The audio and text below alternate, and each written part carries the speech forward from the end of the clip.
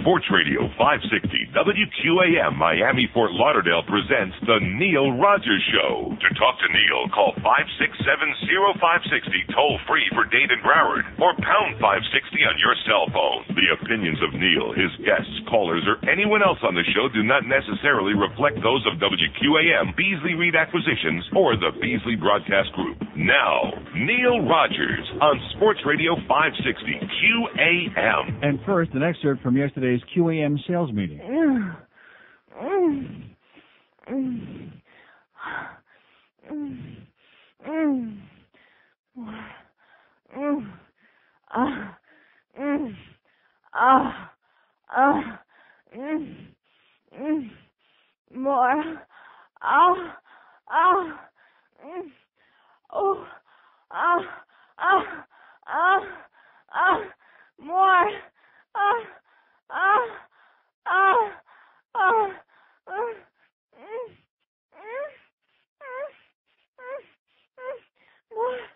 More.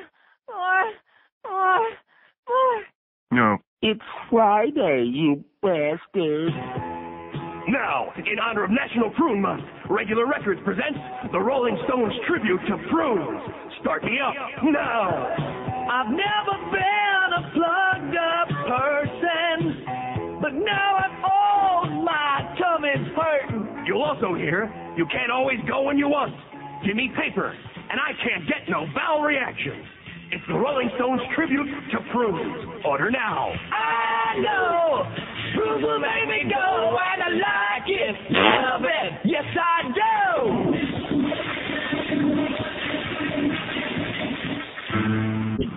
Yeah, exactly. Okay, it's 10:07 at 560 WQM. Good morning to you. You know, Steve Tyler, I was listening in the car yesterday. I was just blaring those speakers. They were thumping and pumping and bumping, and the speakers too. And I was thinking to myself, Steve Tyler is the Pavel Bure of music. Mortal men only can dream of doing the things with their voice that he can do. You know what I'm saying? Oh! Speaking of Pavel Bure, by the way, sidelined 2 to 3 weeks. Oi! That's right. He's undergoing Arthur Godfrey scopic knee surgery right now today as I speak, and expected to be out 2 to 3 weeks. So I don't want to say it's all over, boys and girls, but tomorrow night it's be a real test. Real test to see if we have any real men left on that team. You know what I'm talking about? By the way, speaking of real men, I see the ratings are out. Oh! Latest ARBA trends for November, December, and January. The latest rolling 3 months. And guess who kicked serious ass, by the way? Oh! Yeah, you guessed it. Oh, God. Right. Mornings actually went up a little bit there. Huh?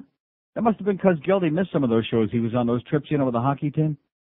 Mornings actually went up a little bit. Nothing too spectacular, but nice job there, guys, in the morning. Don't go buying a new house, but they went up a little bit. Hank, I think Hank must have had some of those bad press conferences last month. A little bit of a problem there. But boy, did we kick some serious, gigantic ass. And again, like Geldy was saying the other day, it must be an accident. It must be a mistake. And I see the TV ratings out, too. Tom Jicka finally decided to write something, although it's in the business section in the Sun Sentinel today. Here's a mobile in Sunrise. Hello. Hey, Neil. Yes, sir. I want to tell you about an issue I'm going through right now. I got up this morning and the license plate was gone off my car. Yeah. And along with it, a note saying that it was taken away because my insurance being expired. Yeah. Went to my insurance carrier. I've had insurance since the end of September. Yeah. And now here I am running around today trying to get my driver's license reinstated. I got to go get a new license plate. Yeah. I'm missing $200 that I would have made today going to work. Yeah. Well, don't do it again. Okay, now what was I talking about that was so important? The ratings. Oh, yeah, the ratings. I'll get to those in a second. This guy, I got a piece of advice to you, pal. Keep your car in the garage. Don't have a garage? Go get yourself a house that's got a garage. Or put it in somebody else's garage. And then they can't come along and confiscate your license plate. There you go. Oh! Problem solved. Thank you, Neil. 9 minutes after 10 at 560 WQM. We'll get to those ratings. I'm pouring over these. It's only a trend, but I don't care. And oh, yes, Tom Jicka with the TV ratings. That's what I started to say. And whammy, actually, it went up. Not too much, but they went up. And you want to know why they went up? Did they go up like on any of their primetime programs? No. No, they went up on the Heat games. No. What's the lotion in the basket? If you want to get hard like a tree in your yard, it's Viagra. All right. When she asks you what's up, 'cause you can't get it up, it's Viagra. Yes. It will grow, it will grow, it will grow. You will thank your HMO. Made for men, it was made for men, not for the woman. Your boys will go a-swimming. You'll be glad that you paid when you finally get laid. It's Viagra. Getting girls is a cinch when you grow by the inch. It's Viagra.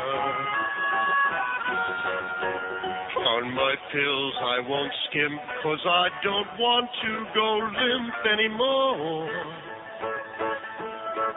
Excuse me, can it be that I can't OD on Viagra? 10:15 at 560 WQAM. By the way, the rumor around the station about who hid the hidden microphone in that sales meeting yesterday, I don't want to say it might have been Roy. That's what I'm hearing. So anyway, getting back to these numbers. Come on, let's give all the numbers today. And by the way, we got our short show today. Let's hear it. I'm no dummy. I know how to kill the first 5.5 minutes there with Amazing by Aerosmith. God, is that good. You know, if there's one person in this, I know you hated that song I played by Steps a couple of days ago. You didn't like that. They did like, I'm not sure which one I like better when you come right down to it. You know? They're like Amazing. Well, like I said, two different things, totally different. But boy, Amazing. I know why I like it. You know why you like that, because it's just powerful. It's just great. But this, it's not even on key. It's like a lot of the Beach Boys music was just a little off key. It was. Well, you know, Carl was real fat. He had a little breathing problem. He's breathing better now. At least he's more relaxed. He's dead. But boy, I can hear music by the Beach Boys. We sure had some. Too bad we don't have FM. But even in spite of being AM, I'm going to tell you something. And thank you very much, by the way. Even Bluff Lindsay came down here and shook my hand this morning. Of course, we both put on rubber gloves first. But nevertheless, 12 plus. This for this radio station, it must have been the promotion we got. Like Hank is always saying, that must have been it. Must have been that heavy duty promotion that Greg Reed provides for us. Not, you know, is the one thing out of so many, but the one thing that sticks out in my mind of the 13 months and 5 days that we've been on this radio station is being in that elevator one day, coming up with John Jarvis. And I really don't know exactly what John does except drive a big, expensive car. But he's a pretty good guy. He's one of the few good people in this place. He's a real good guy. But we were talking about these TV spots that Norm had to just about take Greg Reed to court because it was in my contract. They were supposed to promote the show. You know, you bring Neil Rogers to QAM, you give some promotion. What a concept. And so anyway, John Jarvis said to me, well, you know, the agency people are coming in today, and we're going to, you know, get going with those TV spots that Greg promised you in your contract. And it was the way he said it. And again, he's a good guy. I'm not knocking John Jarvis. He's a really good guy. But it was just the way he said it because it made it so clear that, in other words, we don't really promote anybody on AM. We don't do anything. We don't spend a dime. In fact, the fact that they went out and bought a few T-shirts, they had like a big celebration party, traded out, of course, to celebrate the fact that somebody sprung for a few bucks for T-shirts that said QAM on them. Do we have any bumper stickers? No. Keychains? No. Anything of any meaning for the audience? No. No. But we got a few T-shirts. And it just sticks in my mind the way he said that. Like, you know, well, you know, we know it's in your contract, and we know that unless we actually go through with this and do it, you'll sue our ass. So, you know, they're going to come in, and we'll get around to doing this. And, of course, then they did come in, and then they slathered all that pancake makeup on me, and they made Hank look like he had melanoma from head to toe, and what a disaster that was. And then immediately, as soon as they ran that ad campaign, the numbers went down. Our ratings went down from the way they promoted. So like I said, it must have been the great promotion from QAM that put us to this really is shocking. Should I get humble and thank the audience? No, they don't want to hear that. They want to hear, you assholes. Life, WLYF. This is 12 plus. This is the entire audience, which AM stations just don't appear, especially ones that speak English. Don't appear in this category usually. WLYF has a 6.5 share, number one. Number two, 12 plus midday. WQAM 5.2. Now that's 10 to 3, 10 a.m. to 3 p.m. So that means we're doing like close to a 6 share. More? You think more? Well, yeah, Hank had like a 2.6. Well, listen, you know, those press conferences will kill you, Hank. I think it was just that one, the one that went on for about 45 minutes, that one day. That'll kill you.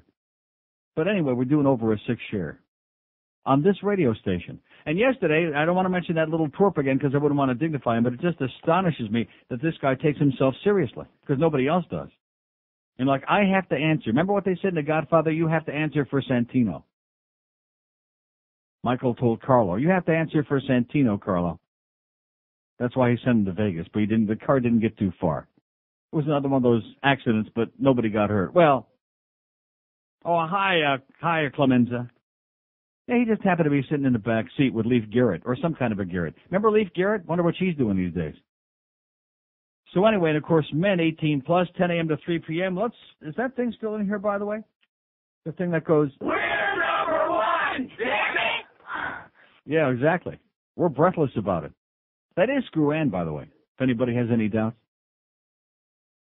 Do you think that the Monica story is spectacular and that Andrew... In fact, let's bring Andrew Morton in here. He wrote the Diana book. He wrote this Monica book that's out now. And wait till he writes the Screw Ann book. Yeah, that's what you'll be saying. It makes Monica look like a piker. Rhymes with... So men, 18 plus, 10 a.m. to 3 p.m. and 8.9. And we're figuring we got like close to a 10 share in this latest trend. Every demographic up. Gigantic. Mornings, like I said, up a little bit. Nice going there, guys. Keep Yeldy traveling around a lot. Keep them off that show. You'd be surprised what you could do. And in the afternoon, like I said, they're having like a little bit of a problem there. I think maybe when Hank was out of breath and nearly croaked. That was in January, wasn't it? Remember that? Or was that in February? Huh? I don't remember exactly when that was. It was a few weeks ago. Oh, it had to be. It was at the end of January because it was when they were doing the Super Bowl stuff. That's right. It was during that week when Sam was trying to kill Hank and running him around doing 100-yard dashes to try to get on the air in time at PP Stadium. They'll kill you, Hank. I'm telling you, this place will kill you. So in spite of the lack of promotion, in spite of the fact that we're on an AM signal with a very marginal signal that nobody gets indoors, here we are. Nice going, Neil. Oh! Thank you. I'm slapping myself on the back. Because I know the people in the newspapers, well, it's only a trend. We don't write about trends. Of course, the last 2 books that came out, rating books, they didn't write about those either, did they? No. You little bald-headed geek, Tom. But in the business section, here you go. TV ratings signal many winners. And Tom Jicha says there's good news for everybody. It's like every rating book. If you look far enough, everybody's got a story. You know, number one in pygmies, number one in, blind people, number one in folks that, with no arms who can't change the dial. Everybody's got some kind of a story. Oh, and by the way, there is one very interesting thing in Tom Jicha's column this morning. And I don't want to get started into another ethnic thing here. You know what I'm saying? I don't want to get started on that jag. WLTV, Channel 23, continued to be the only Spanish-language station in the United States to dominate its market at almost every important time period, including the overall sign-on to sign-off, 7 a.m. to 1 a.m. Remember that business? There was a word that they used to use a lot when I first came to town. Well, not in the 80s. And the first 3 letters were ASS, A-S-S, assimilation. Is this taking place? No. There is no assimilation in this town. That's why Channel 23, 23 no spaghetti inglés, is still number 1 by a million miles, and that's why this is like a banana boat republic. Because it just ain't never going to change. And like I said yesterday, you can keep screaming about it, which I'm not going to do. I just mentioned it in passing, Father Paranoia. Lee J. Cobb, boy, I'm going to tell you, there was an actor. Whatever happened to the great actors, you know? The great actors and actresses, the people who were like icons of the movie industry. The Humphrey Bogarts, the William Holdens. Huh? No, I'm not talking about Peter Finch. Yeah, he's dead too. But I'm just talking about the fact that today's so-called outstanding movie stars, most of them suck. Most of them really suck. And the ones that are still around, like Gene Hackman or Al Pacino, they've been around, we're talking people that go back into the 70s, if you're looking for greatness. If you could name me one actor or actress who's come along like in the last decade, if you could name me one, Gene Siskel will pop out of his box and review all those persons' movies right here on this show. Could you do it? One really outstanding sensational actor or actress in the same vein as the people that I'm talking about? No. How about Edward G. Robinson? Oh, he's dead? He was great. Here's Coral Springs. Hello. Yeah, Neil, did you listen to the show? No. Did you hear Peter Worrell this morning? No. No, I didn't hear. I don't listen to that show. You know, I just... I was listening to music. I was listening to Aerosmith in the car. but it's unbelievable. I mean, you know, I used to play professional sports. Did he give us any reason why everybody stood around and let Pavel Bure get slam dunked by Adam Foote in the game the other night and nobody retaliated? Didn't think it was a serious hit. Really? How come the crowd was ready to have a riot? Everybody was standing and screaming and foaming at the mouth. Unbelievable, Neil. Unbelievable. And then they ask him, well, you know, now that you've lost Bure for 2 or 3 weeks, at least, what are you going to do? He says his remark was this. I'm going to I had to Disneyland. call you. I had to call you with this. Yeah. He says, well, you know, we were playing really good before we got him, so we'll just have to start playing really good again. They were playing really well before they got him? We were playing really well before we got him. Oh, my God. And I know my brain's left the center. I just lost a couple 100 pounds and everything, but we were playing really well before we got him. We'll just have to start playing really well again. You lost a couple 100 pounds? Yeah. How'd you do that? I still got a couple 100 pounds to go, but can you believe How did you do that? You know, well, just not eating. That'll do it. Simply, you know, not That's eating. what Karen told me. She said it works like a charm. The guy said that? Yes, I can believe it. I mean, you know, maybe guys come on there and they always make excuses. And I noticed they were even quoting Robbie Niedermeyer in the paper again this morning in one of the columns. I mean, what's the point in doing that? Isn't that ridiculous, going to him for a quote?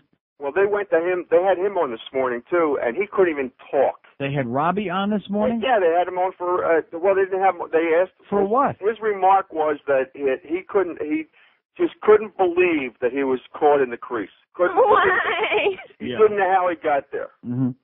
That's what he said. I just didn't know how he was stammering. Well, he's like, that's like the religion discussions. We just don't know how we got here. Okay, thanks, pal. Keep up the good work. There's a guy that's losing weight. That's the good news. Oh! By the way, we're getting food from Mezzanotte today. I just thought I would mention that. We're getting a nice lunch. And we got a short show, which I started to mention before I got carried away with these ratings, which I haven't even gotten into yet. We got a short show because wait till you hear this.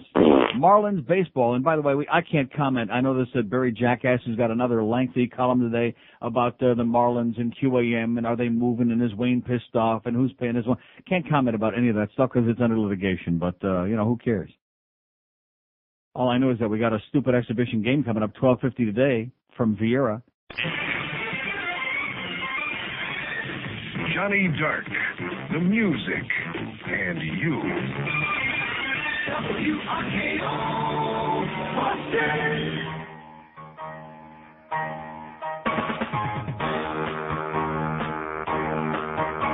Banana picking Julios who thrive on anarchy are building an arena for the Miami Heat.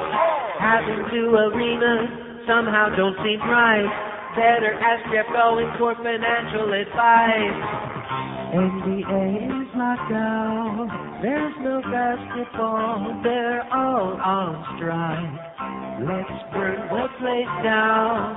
An insurance check would sure be nice. Okay. Before we lose our ass, take that can of gas. Oh. Like that match. Oh.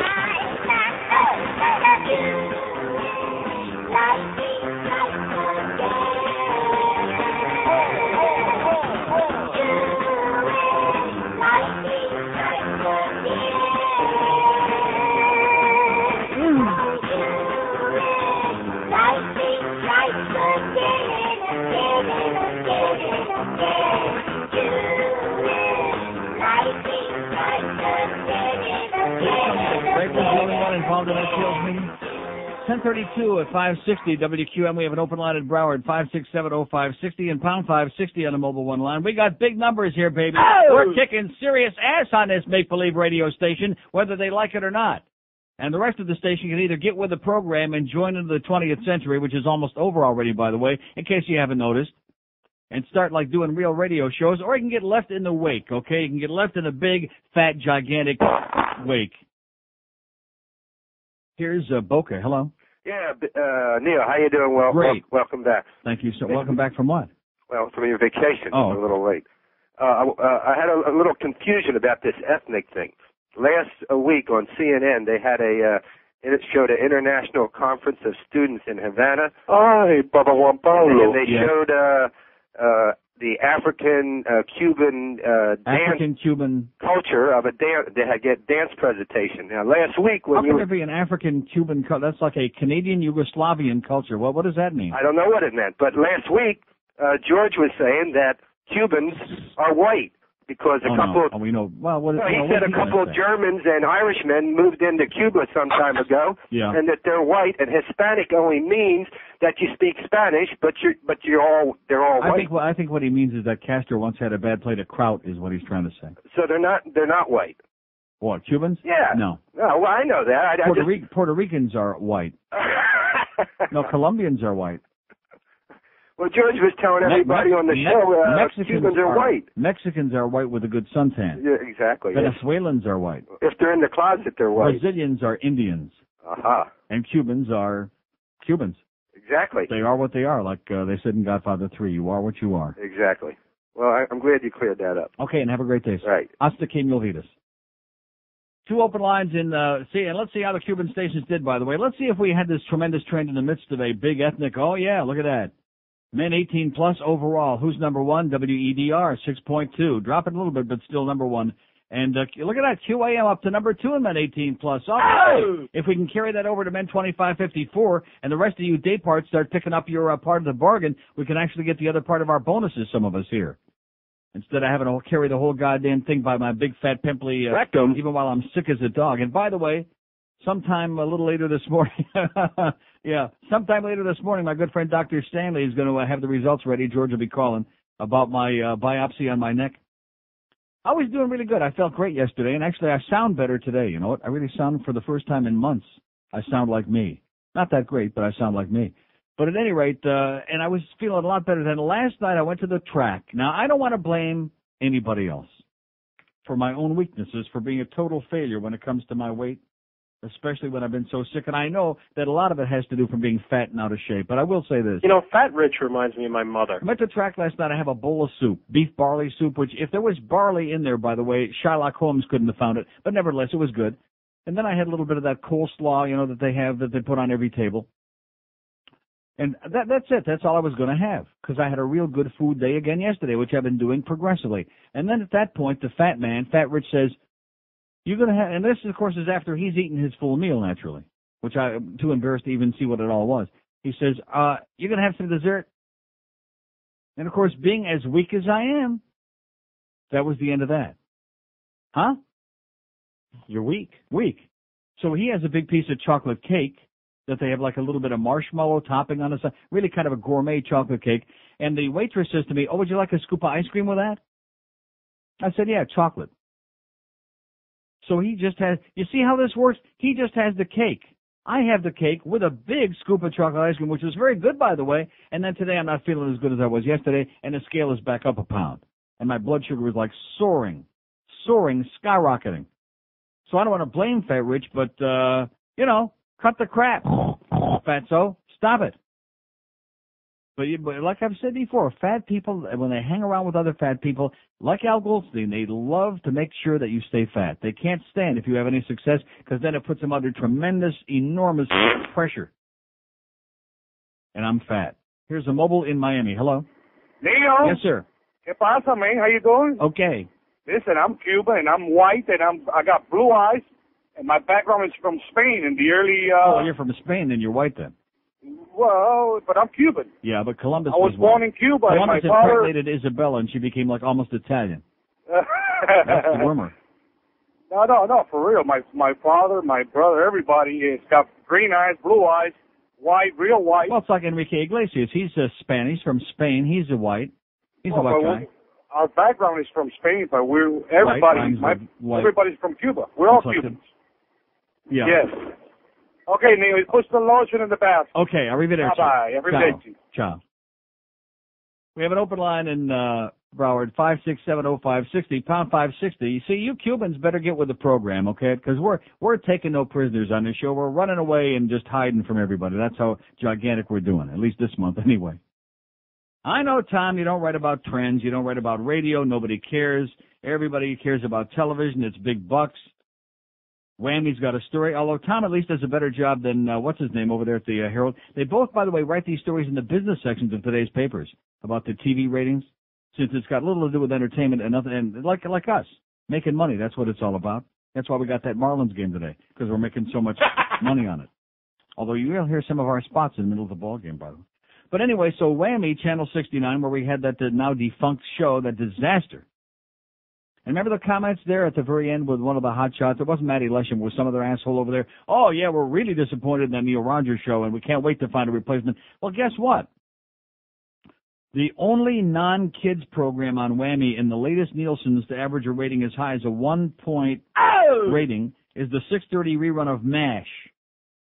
For the 7 Heat telecast, Whammy averaged 4.6 rating. The Heat postgame show averaged 2.5. So all of their increases had to do with the Heat. That doesn't take any talent to put on, a professional sport thing that's already got a tremendous following and have numbers from it. That takes no talent whatsoever, other than just, somebody having a big checkbook and writing a check. Or like in the case of this place, somebody with a small checkbook promising to write a big check. Oh, I see, there he goes again. That was bad. But Greg Reed's got a big ego. What did I say when we were on IOD about the deal he made for all these sports franchises? What did I say? I said it then, I'll say it again now. Act of suicide, an act of lunacy. But it makes him feel like a sports big shot. That's why we're all here. That's why Neil had to come over here to have all these big numbers and bring all this revenue, even though Neil doesn't do a sports show and he's a screaming old Jew queen fag. Because we had to have some way to sustain the ship while we were trying to, put all these other pieces of the sports puzzle together to make Greg feel like a real super macho man. Yeah. My mother is very much aware of all the children that were there, all the boys that stayed there, and she is the one who always said that Michael, excuse my expression, but he's a faggot, and she would say, that damn faggot, I can't stand him.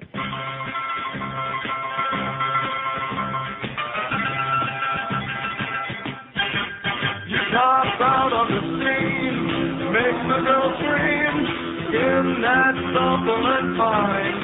It's 16, it's beautiful, and it's bright. It gets kisses from girls, they struck and fell, never touch her behind. It's 16, it's beautiful, and it's bright. It goes crazy when it's pets, when it's bigger, it's better yet. It filled my hand, it touched my chest. Ooh, and it's blue, it ruined my vest. It came out of my jeans and into my life. Oh, how it makes me feel fine. It's 16, so beautiful, and it's mine. 10:46 at 560 WQAM. We got the Hank Goldberg Show at Doral at 2 o'clock. We got Bookster at 6, Ed Kaplan at 10. Tomorrow we got the Panthers hosting Carolina. Do or die tomorrow night, baby. Without Pavel Bure. Geez, he just comes back for a couple of periods, and it's like, see ya. See you in a few weeks. But tomorrow, with or without, and it's going to be without, is do or die. These guys better butch it up. So here's a fax that says, I'm 26, and I would have to say that these actors are the best of these times. Although I agree with George that Sean Penn, as much as we can't stand him personally, he is an outstanding actor. Denzel Washington, do I agree with that? No. No, he's okay. Gary Oldman? Nah, okay. John Malkovich? Yeah, so-so. No. Actresses, Julia Roberts. No. Now, I like Julia Roberts. George hates her like poison. Didn't you like that movie, Sleeping with the Enemy? Her. She's just mediocre. Didn't you like Sleeping with the Enemy? Yeah, it was all right. But she's no Claudia Colbert. No. She's no Ingrid Bergman. She's no Tippi Hedren. She's no Katharine Hepburn or Tippi Hedren. So you're saying she's for the birds. Well, that makes her more like Tippi Hedren. What? She's weak. Julia Roberts? No, she's not weak. I think she's pretty good. She's pretty, but not This is the same guy, by the way, who said after I played Amazing by Aerosmith at the beginning of the show this morning, said, That's, for you to say that and pretend that you really believe that, I would lose my faith in the human race if I thought you really meant that. I just know what a prick you are. Meg Ryan's pretty good. And Angela Bassett? No. It says, I know you'll probably disagree. Well, you agree with some of them. Oh, I saw, by the way, when I was in Amsterdam, they have one channel on the cable in the hotel where they have these recent movies, you know, like Cinemax kind of a thing, but it's a freebie, and they show them over and over again. It was the dumbest. First, you start watching it, and there's a black actor in there, which I can't think of who he is. Young guy, looks almost human. And it was a cop movie where his partner was his best friend, and then it turned out his partner was dealing drugs, and this guy went in a sting operation, and they didn't know whether it was supposed to be serious or a comedy. It was the worst goddamn piece of crap I've ever seen in my life. They lead you along like for about the first half an hour like it's going to be a serious movie, and I thought, well, this is not too bad. Then they start making it slapstick, and then they're up in a plane, and the pilot dies, and they're going to crash. Oh, God. That's a movie? No. That's why Gene Siskel got that thing in his brain, by the way, from that movie, I think. Here's Miami. Hello. Neil? Yes, sir. Neil? How you doing, Neil? Great. First of all, Neil, I just had to say you have excellent taste in music. Yes, I do. Absolutely. How do you like George saying that Amazing by Aerosmith is not one of the great records in history? Well, love it. I listen to that and I get chills. I get goosebumps just hearing it. Well, let me put How could you not? Well, let me put this. Why don't you have to have a heart of stone. Press the last button for that for me, will you? Yeah. There you go. In any case, Neil, you know, we talk about yeah. We talk about good music, and you know, obviously George has it categorized in different ways. Well, if you want to categorize an artist, or quote unquote artist, who supposedly changed, you know, society forever and was a great songwriter, Bob Dylan, is he a good singer? No, I mentioned that to him the other day. Yeah. George always tries to confuse the argument by changing the topic of discussion, and I'm trying to tell him we're not discussing great musicians, in other words, in terms of composers and lyricists and anything else. We're talking about people who make music, in other words, who are recording artists, not people who are writers. I mean, Bob Dylan is the best example of all. Couldn't sing his way out of a paper bag. Absolutely. Painful to hear him sing one note. Right. And you know what, Neil? I'm a big Doors fan, but I pretty much know that Jim Morrison wasn't the best singer. How can you say that? Jim Morrison wasn't a great singer? I'm telling you. Jim Morrison wasn't a great singer? Did I hear you just say that, sir? Yes, sir. Oh, my God, I can't believe that. Well, no, hey, I know why people in America eat so much vanilla ice cream. I'm a huge, but let me tell you, I'm a huge Doors fan. And Jim Morrison, for years, there used to be a big argument about who had the greatest voice in recording history, and some people would say Burton Cummings of the Guess Who. A lot of people would say Jim Morrison had the perfect voice, perfect pitch, like Walter Johnson. He had perfect pitch. Well, let me tell you, The Strange Days was the best album I thought that they've ever come up with. Actually, in all time. But why would you say that Jim Morrison didn't have a great voice? I don't know. I guess it's difficult. I mean, it's difficult. Death. It's difficult to judge. You know, a very good voice or whatever. I never saw him live, so you know. That's pretty much the way you judge a good singer. Well, they had a quick hand. That's what they said when they came to Miami. The other thing, Neil, you know... In fact, that was the When in Doubt, Whip It Out concert tour. Oh, yeah. And, great. You know, and then they prohibited him from coming to Miami. Coming in Miami, yeah, absolutely. Well, in any case, the other thing, as far as the ratings go, you know, first of all, ratings are great, ladies and gentlemen. Thank you so much. You're helping to continue putting us into places where nobody could possibly believe on a make-believe station like this one. But of course, it can't be too successful. Therefore, we're having Marlins pregame. Right. That's going to be a real ratings booster at 12:50. Marlins exhibition. I'm just curious. What did the Mad Dog get for Saturday? It doesn't break it down. Oh, okay. It doesn't break it down. Okay, well, great day, pal. Final thing, Neil? Yes. If you can play Aerosmith, Love in an Elevator, just to bother George. Okay. Go ahead. See ya. Why would that bother me? What? This ass sucker who was just on there. Why would that bother me? Because you don't like Aerosmith. I do like Aerosmith. And I mean, we got a short show, so I sure as hell don't have time to do like an Aerosmith medley today, but there you go. That's a little bit of it. Not all their recent stuff is up to snuff. That's all. How about the Beach Boys' recent stuff? Yeah, it's not as good. Because there isn't any. That happens to a lot of bands. But again, you're bringing in something that's not the discussion. That's like saying that Beethoven, his recent stuff isn't up to snuff, so he isn't any good, you know? If you're into classical music. Would anybody with a brain say that? No. Scott Schwartz. Of course, Scott Schwartz, if he had a brain, would never come to work here. They're great. I love it. Did I tell you, by the way, about who, Beethoven? Yeah, that's it. And Brahms? We have an open line in Broward, 567-0560 and pound 560 on the mobile one line. See, what do you do when you know you've got like some kind of a sinus infection or some kind of like an infection in your head and your neck, and you can't find a doctor who can diagnose even a hangnail? And it just keeps lingering, and it's annoying, and you don't feel it's like anything serious, and you're not dying, but it just, it interferes with your ability to live and work and feel good. What do you do about that? You know, do you go out there and you start like beating up doctors? You bring in Luca Brasi to make an offer they can't refuse. What do you do about it? Well, maybe in about another half hour I'll have you make that call, and we'll find out what kind of a grotesque thing I got. Maybe it's like leprosy. I only wish, because leprosy, I understand, is highly contagious. I think I'll stop up and see Greg after the show. Here's a mobile in Coral Gables. Hello. Hello, Neil. Can you hear me? Yes, sir. I hear you. How you doing? I got an idea for the Panthers, Neil. We're going to ship them off to Oz, to the Emerald City. Maybe there they can find a heart, courage, and some brains. And if we're real lucky, we can find a pair of balls for Robbie. Anybody have a heart or a liver? No. Yeah.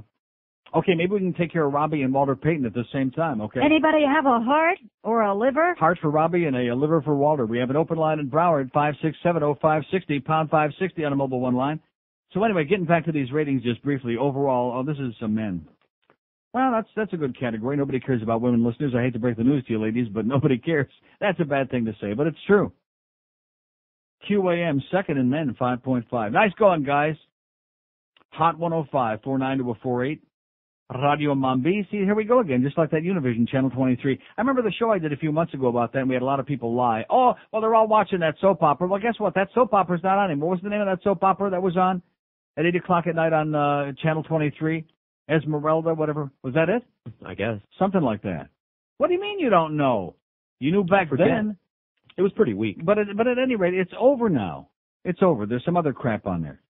In addition to which, from 7 a.m. to 1 in the a.m., Esmeralda ain't on, and they're still number one overall.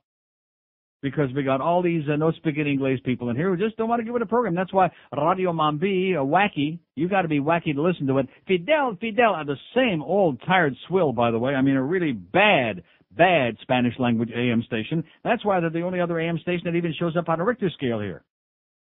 Oh, by the way, you know what we didn't check? Now, let's see. This would include... When did Rick and Suds start the mornings? Oh, that's right. So this will include January, which will show the first inkling, the first indication of Peter Bolger's great move of taking his one successful show out of the afternoon and putting the Babbling Brook in there in the afternoon. So I'll get to that after we do the break, and that could be pretty revealing, Pete. Hang on tight, Bolger. Oh, my God. Won't that be something if the afternoons take a precipitous dive over there? In addition to which, how come Hank went down a little bit? You think that she did it? Because I know damn well that if I have to choose between Hank even on his worst days and listening to her, is there any choice? No. Is there any content? No. I mean, let's get serious. So like we always like to say when we get, those numbers, it was a fluke. We always like to say that, even though we don't believe it. And it probably was. Probably some anti-Semites got some diaries. Why are you airing shit like this?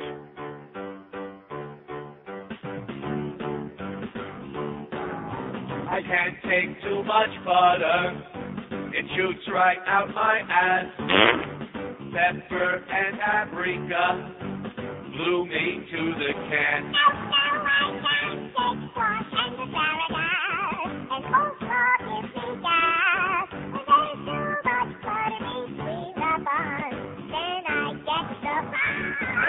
I can't take too much butter.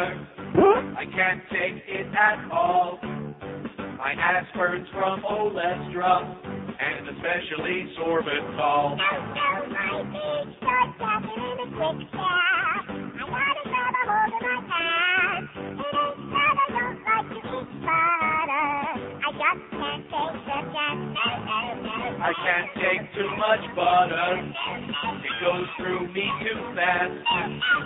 Every time I eat it, I have to change my pants. I can't take too much butter. Well, you said that Jim Morrison had a voice like butter. I said this other guy's bitching about. Okay, just can't take it. Too much butter, baby. It makes it. Slaying suspects, a gay man made pass in Sylacauga, Alabama. A friend of theirs, by the way, but it happened to be one of those, and he made a pass at him, so they said, which means he must have bad eyesight. Got to see these two, man. They look just like they came out of that tree in Aintree. Stephen Eric Mullins, 25, Charles Monroe Butler, 21, were arrested this week and charged with murder and the slaying of Billy Jack Gaither, 39. They plotted his murder for 2 weeks, beat him to death with an axe handle, and burned the body on a pyre of old tires. And the only reason that they caught him, Butler confessed Monday after saying he couldn't sleep, and Mullins admitted his involvement 2 days later while in jail on unrelated charges. Mullins said God told him he needed to confess. Stop and think about that again. God told him confess. He didn't tell him ahead of time, probably not a good idea to do this, okay, so don't do it. But afterward he said, hey, I want you to have a real guilty conscience. You better go and confess, because confession is good for the soul. And he said, okay. Great. Okay, we have 2 open lines in Broward, 1 in Dade. 567-0560, pound 560 on the AT&T wireless line. Why did I say before Hank is going to be at the, well, I guess he is at Doral after the game, right? Something like that. Here's a mobile in Kendall. Hello.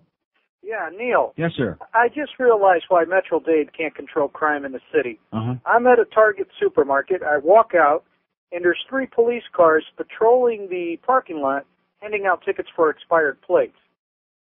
Now, of course, I have an expired plate, so I get a ticket. Not a problem. But the reason they were there, I asked him, I said, is this all you have time to do? He says, well, we have a substation here, and it keeps us busy. Right. Yeah, it's something to do. Private It's like property. the meter maid. It's something to do. Right, private property. Meanwhile, we can't explain all the, if you look through the neighborhood section in the paper, and you see all the break-ins, you wonder why. Mm-hmm. They're sitting in a parking lot handing out Okay, tickets. well, don't do it again. Go get your license renewed and cut the crap. We have an open line at Dade, all 3 in Broward. What's happening here all of a sudden? We ran into a wall pretty early today. We just into a big brick one. 567-0560 and pound 560 on the AT&T wireless line. Here's Kendall. Hello. Is this Bill Rogers? Yes, Bill Rogers, yeah. How you doing, yeah? Okay. I have some material, but I was just thinking back the funniest time on the other station when, like, for 2 weeks, Maribel was doing the traffic. Yeah. And you said a few things about her, and those old Cubans were calling up. Ay, Dios mío, esos carros. See? It was hilarious. Yeah, all the old Cubans that don't listen to the station, by the way. In fact, actually, they didn't listen to that station, but somebody on one of the Spanish-language Ojan Provocateur stations got them all stirred up, and so right away they had them calling us. You know, this has happened so many times in the years I've been on the air in this town. People who don't even listen to the station, who don't even know what the hell my name is, start calling, all worked up into a frenzy because somebody told them, and usually it's out of context and wrong anyway, but told them I said something that they get all bent out of shape about. Whatever happened to her? She out of the business? Maribel? Ay, Dios mío, esos carros. Yeah, I think she's making movies now. Yeah. Have a great day, sir. Wasn't that Maribel on that thing? I think it was. No. Open line of day. Now, are these lines dead now or what? What happened here? Oh, thank God. That's all we need. That's all we need now. 567-0560, pound 560 on the AT&T wireless line. Here's Liberty City. Hello. Yes, Neil. Yes, sir. I was at the bank this morning, and I was sitting next to a senior citizen, and she was sitting there reading her Bible, and she just laid it down for a second and glanced off. And when she glanced off, she said, "Oh, where's my Bible?" I said, "Don't lose your Bible." And as soon as she said that, she said, "God, Jesus Christ, thank the Lord, I found my Bible." I had to bite my tongue. Yeah. Because, you know, just what you were saying about how they all get all caught up in that religion, man. They just my God. Yeah. She about 90 years old, glass thick as a Coca-Cola bottle. Mm-hmm. Also, Neil, I want to ask you all you about... got to do is take one look at her and you know there's no God. Yes, I'm telling you, man. You know, my wife, she really deeply religious, and I have to put up with that. Oh, I'm so sorry. Yeah, I'm so... You think you're sorry. I'm sorry. Also, I want to ask you about the satellite, about your guy. You still with the Arab? With the satellite dish? Do I still what? No, I asked you the guy, the Arab. The Arab. The yeah. Arab. Is he Arab? I might be saying the wrong thing. No, he's an Arab. Can I get the information? Some kind of a turkey head, a laundry head. Hang on, George. Now, isn't that interesting? George was just talking to that Arab this morning before the show about his own personal satellite, whatever he's doing. And here's a guy looking for the Arab. Okay, we got one other call on the board, and that's it. I guess it's going to be a real short show, much shorter than I thought today. 567-0560. Anybody got the Monica book yet? No. Good, because we don't want to hear about it. Yeah, yesterday my mother calls me, and we had a pretty good show here yesterday. Not bad, not great. It was okay. And, everybody should have talked about Monica. Everybody in all the shows, all the TV shows, well, of course that's all they're talking about because they've been talking about it for 13 months, and they're going to continue milking it until there's one drop of milk left in it, or in her. God forbid that I have to resort to start talking about that swill. Here's Miami. Hello. Hey, Neil. Yes, sir. How's it going? Okay. Hey, about those those people that killed that guy. And God spoke to him and told him to confess. God has spoken to me too, Neil. Yeah. I just got to say that much. He's spoken to me. He's shown me the light, Neil. Mm-hmm. All right. Yeah. So what? How sad. How very sad. Like I said, we didn't have anybody else on the phone. I thought we had like a live person on there. We didn't. Just another Julio. Just another jackass with no material, no life. All right. Great. Nice going, pal. Let's hear it. Let's hear it for him. Let's have a sitting ovation. We have an open line of date if you move quickly, 5670560 and pound 560 on the AT&T wireless line. See, we went through the last couple of months. These phones have been deader than a doornail on this show. Am I right? Yeah. And it don't make any difference. You know, just because people get phone calls, in fact, this station is living proof of that. Just because there are people who call in and want to know about that goddamn Temple Yeshiva game doesn't necessarily mean there are a whole lot of people listening to it. Just because you're giving a bunch of crap away and people say, oh, yeah, you know, look at all the calls on that board. That doesn't mean there's a whole lot of people listening, especially if it's really terminal boring radio like giveaways on the air. And you notice, by the way, since we stopped giving crap away on the air, we're making this gigantic comeback the last two trends. Oh. Yeah, that's right. So all you snorers, okay, go to the flea market and fill out an entry blank. Maybe you'll win something. Maybe you'll win some fleas. But get out of our puss and stop killing our goddamn show. Defoe's Sony Sports Showdown. Are you up to the challenge?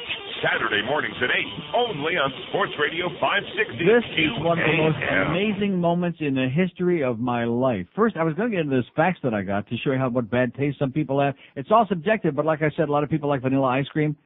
Some clown out there, the top 10 greatest recording artists of all time. Wait till you hear this list. But even more shocking, I'm even not playing the bit. I'm going right to it. I'm not paying any attention to your directions. We got Patch Adams on the line. I heard the buzz. I didn't quite hear you. What? Yeah. Hello. Good morning. We got Dr. Feelgood on the line. Yeah. Well, here we are 3 months later. I'm still sick. I still got heat in the puss. I got my biopsy on my neck, which I still can't get the answers on yet. I just did. That's why I'm calling you. I'm sick. Right. See, I was kind of upset on your behalf and for myself, too, because, like, you were really, really upset. And I was like, how could I convince you that it was going to turn out to be something that just a little time had to pass? But it hasn't passed. Wait. He did the biopsy. He called me a moment ago, and he told me at the very most. Well, what do you mean he called you? Well, because I was the one that I let him know that I was interested in following up on you. And how did you know who it was? That's right. I told you. Oh, I know him. I've known him since I got down here in '83. Stanley? Yeah. He's a good guy, by the way. He's a very good guy. Good Panther fan. And he also cares to. Does he know anything? What about anything? Well, no, he sent it to a world-renowned friend of his at the University of Miami. Right. And it's a very non-specific thing. It's if it's anything, it's a minor contact dermatitis. It was something that touched you. And he asked me if I did the Lyme. I said yes. It wasn't the Lyme. But I didn't have the rash at the time that we did that thing. Correct. That's right. Now that's always another possibility. We could redo it, but I happen to think it's. I would let it go for a while longer. You'd let it go for a while longer? See, Neil, everything we have to decide. There's nuisances, which I'm very sympathetic with it being uncomfortable, and then there's problems. And the problems are the things that can blossom into something else. And I wanted to sit and wait. And that's why you haven't heard from me in weeks. I've been listening to you. You sound, you always tease me when I tell you how you feel. I feel like crap. But I bet it's got nothing to do with that. I mean, even when you told you know what, this is proof of what I said before. It's like you go into your doctor and you say, hey, doc, how do I feel? Yeah. And this is proof of it. Well, you're telling me how I feel. Tell us how you feel, but see, I feel like crap. In this profession, if you're humanistic about it, which you know I try to be, the fact is that you have to deal with a lot of uncertainty. Oftentimes there are no definitive answers. These cell reactions slide in under the radar. Let's back up a second. Okay. So Stanley, Dr. Stanley told you what? It's a very nonspecific, a minor nonspecific reaction, most likely a contact dermatitis. Contact to what? Well, see, there's a million things that can do that.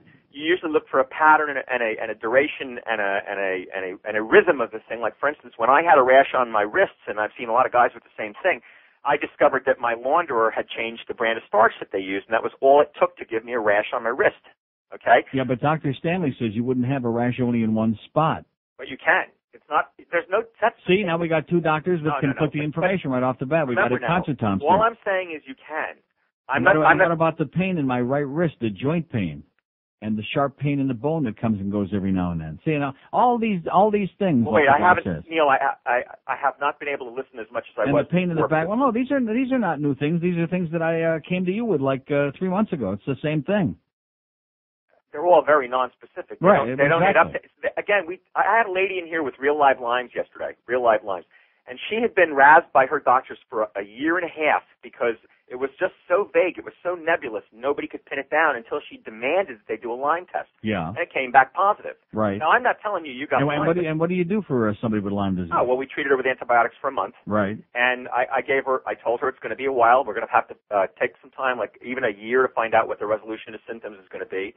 And to go on with her life because there's nothing more she can do about it right now except do her very best to keep herself in good shape. I know I'm a hard ass, but no matter what you say or Dr. Stanley or anybody else says, I believe firmly that I have some kind of infection, like an inner ear. It's in the ears, it's in my head, it's in my neck, and it's in my head. I don't mean in my head like in my brain, but I have like some kind of an infection in my head or in my neck. You may recall that the very first time we met, when you were working at the station on the Causeway, right, you had been complaining about the air ducts and so forth, and that's when I solicited you and said I could try to help you. Mm-hmm.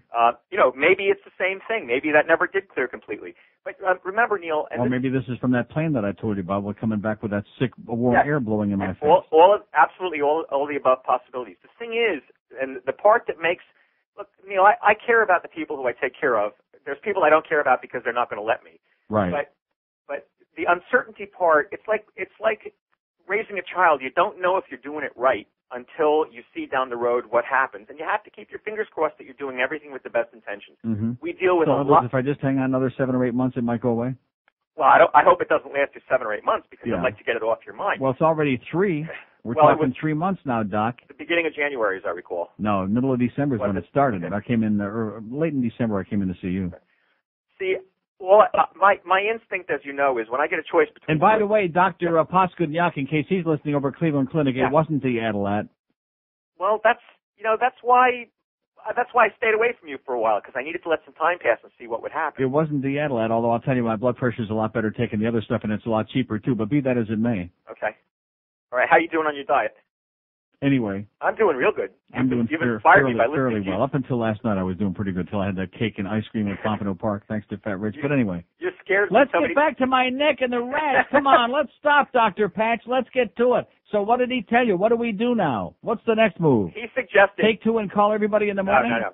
He suggested there's a very good allergist, he said, in Hollywood. Yeah. Now that's the keep doing something suggestion. There's always many ways to do things. The do something suggestion is to go to the allergist and get some patch testing. No pun intended. Patch Adams testing. No pun intended. The second thing to do is just wait a while longer, and at the very most put some. I'm sure he's given you some kind of steroid cortisone cream or something like that to put on. This is my third kind I'm smearing on now. Takes 6 weeks. In the old days of dermatology, they used to say, if it's dry, wet it. If it's wet, dry it. If you don't know what it is, use cortisone. But that was before they learned how to kill people with some of their new drugs. Yeah. Okay? So, just on your behalf, as your friend for this many years now, my instinct is, I'll bet you it goes away by itself, and you won't even notice one day it's just gone. Oh, I'll notice, because I check every day.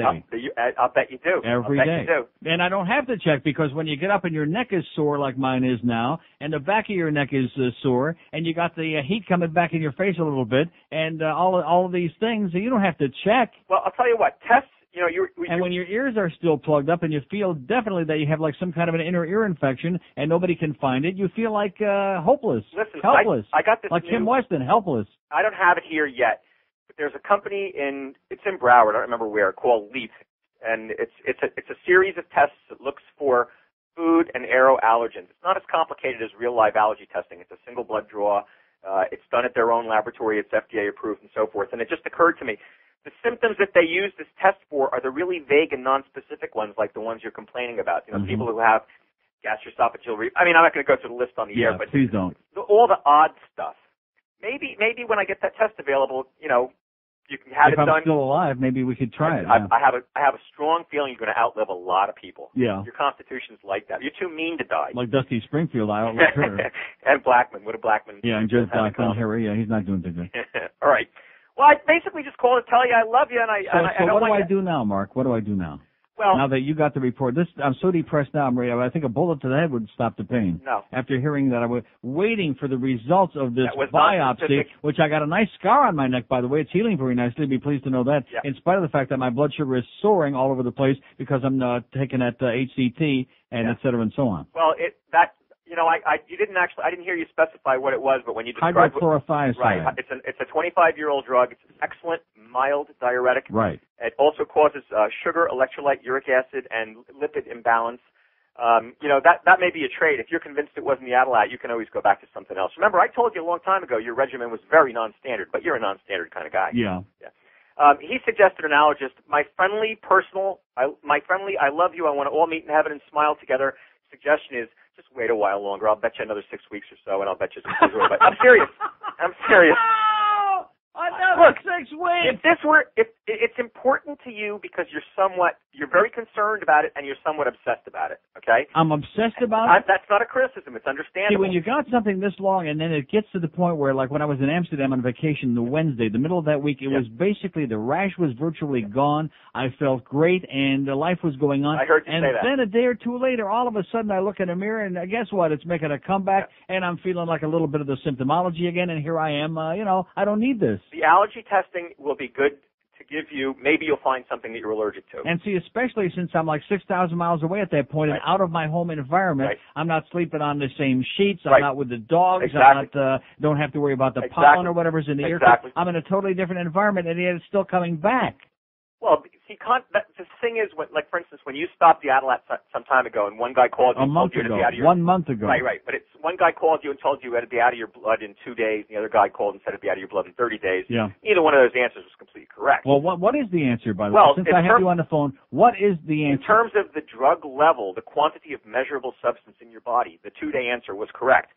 But in terms of its effect on the cells in your body, it was going to take 4 to 6 weeks to make a difference. 4 to 6 weeks. Right. And rashes. So it still might not be over. Correct. Well, that's a possibility. That's why I'm just saying, if this were something urgent or growing, or it looked like a lymphoma, or it was a manifestation of some systemic illness, and I thought you were sick, we'd go chasing after it. But for the love of Neil, God, I'm trying to tell you. This would be the best call in the history of radio. If you thought I was sick. You're not. I don't think you're sick. Okay. You've got a couple chronic problems which you've managed as well as anybody and better than most. And my teeth, they all back to that aching again. Like not a dental thing, but like you know what I'm talking about. If there's something you're inhaling or something you're exposed to, but finding that stuff is what we deal with every day. It's so uncertain. The patient discovers the pattern. By the way, back to Lyme, for instance, and sort of doing a public service on this. That's a very complicated test to do. It's usually not just one answer unless it's completely negative like yours was. Sometimes it bears repeating, so keep that in mind if you want to do that. I guess it's been over a month, so whether you do it with him or with me or with somebody else, you might consider doing that. But once you've done it a second time and it comes back negative, you can really forget about it. Yeah.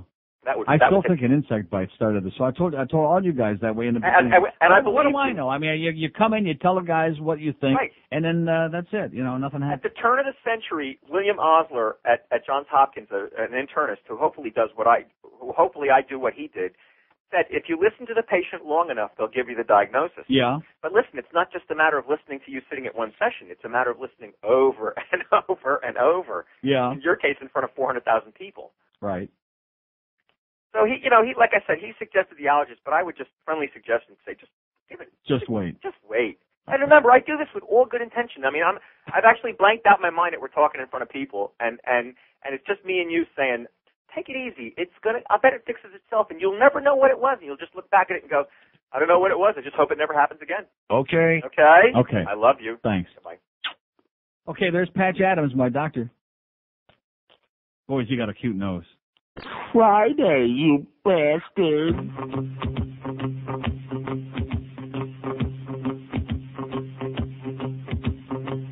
What's the matter with lesbian golfers? Can't you tell we really love hitting balls? The only thing that separates us from the men is the country club's bathroom stalls. That's my girlfriend who's also a caddy. She's the fan, I'm the butch, she calls me daddy. Muff die, that's 5, tuna taco, alright, but still ladies talk to me. My favorite hole doesn't have any number, a green or a fairway. Don't sweat me 'cause I'm a snapper, lapper. I play golf and I'm gay. I make my tea time, got caught in the clubhouse. Lesbian golf is the only kind that they're out. I'm gay, let's play LPGA. Still ladies golf to me. And ride a disgrace, chicks sit on my face. Still ladies golf to me. And the reason I played that, I'm very proud of the fact that Hank yesterday at the beginning of his show, if you heard the crossover, to admit that, he likes playing golf, but watching it, he said... What an embarrassment. Yeah. Anybody that would actually watch golf, go out to a tournament and watch it, or go out and watch it on TV... What an embarrassment. Yeah. And I would agree with him. What a joke. Yeah. So anyway, Hank will be on after the Marlins exhibition game 4-6. Then I looked at the schedule, and I misspoke earlier, and I have no idea what this is all about. Evidently, we couldn't lasso anybody to come in tonight. Jason and Josh Friedman, 6-7. ESPN Game Night, 7-10. Ed Kaplan after that. ESPN Game Night for 3 hours? Huh? You're asking me? I haven't got any idea. I mean, are we carrying like an NCAA game? Do we know? No. I don't know what it is. I have no idea. Maybe we are. You don't start dripping into the sports area. So anyway, my doctor was on, as you heard, Dr. Mark, one of my 400 doctors out there, and then that's interesting, the doctors are talking back and forth now. They don't talk to me, but they're talking back and forth. And do we get any answers? No. No any more than I did before? No. It'll go away. Just relax. I've never heard of anything like this. So now, as depressed as I was before, now I'm 1,000 times more depressed because I was thinking to myself, if I would have just had the biopsy done the first time I went to the dermatologist weeks ago, they would have given me some antibiotics. I'd have gotten this out of my system. You would have been able to stop hearing about this, and life would go on. I'd feel great. So I go ahead and I do have the biopsy, which, by the way, when they stick the needle in there, it's not the most fun thing in the world, in your neck. I can handle a little bit of pain, but... And then they, take a plug. They take a chunk out of your goddamn neck, which is healing nicely, by the way, Stanley. And I thought, I'm waiting, and he's got this top expert in the world, and he's analyzing and looking, and they got microscopes and all these multi-million-dollar machines. And do we learn anything? No. Anything at all? No.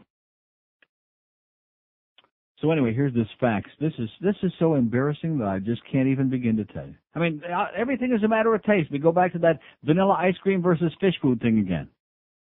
Vanilla ice cream versus Rocky Road. Listed are this guy's top greatest recording artists of all time. Sorry to say, Aerosmith is nowhere close. Go to the bank on these, bar none, he said. When I get to number 8, I swear to you, you better have a towel handy. Because you'll pee in your pants. Wherever you are, you'll be peeing all over the place. Number 1, the Beatles. Well, a lot of people would agree with that. I don't. Number 1, the Beatles, he says. Number 2, Fats Domino. I love Fats Domino, but I wouldn't agree with that. Number 3, Elvis. I definitely wouldn't agree with that. Elvis in my list wouldn't even be in the top half. Not even close. To say that Elvis is better than Aerosmith is like saying that Dog is better than Chateaubriand. That's how we do. Number 4, the Supremes. Okay, now I love Motown, but of all the Motown recording artists, the Supremes are way down on my list. Number 5, speaking of that, is Marvin Gaye. So just those back to back, the idea that he says the Supremes are better than Marvin Gaye shows you this man's taste is in his rectum. Number 6, Rolling Stones. They're okay. Number 7, Chicago. I love Chicago. I would go along with that. They're definitely on the list. Here's number 8. Okay, everybody listening right now, don't want to cause any accidents, either in your pants or on the highway or whatever you're doing right now if you're working with dangerous machinery, equipment. Number 8 on this man's top 10 recording list of all time, Frankie Lyman and the Teenagers.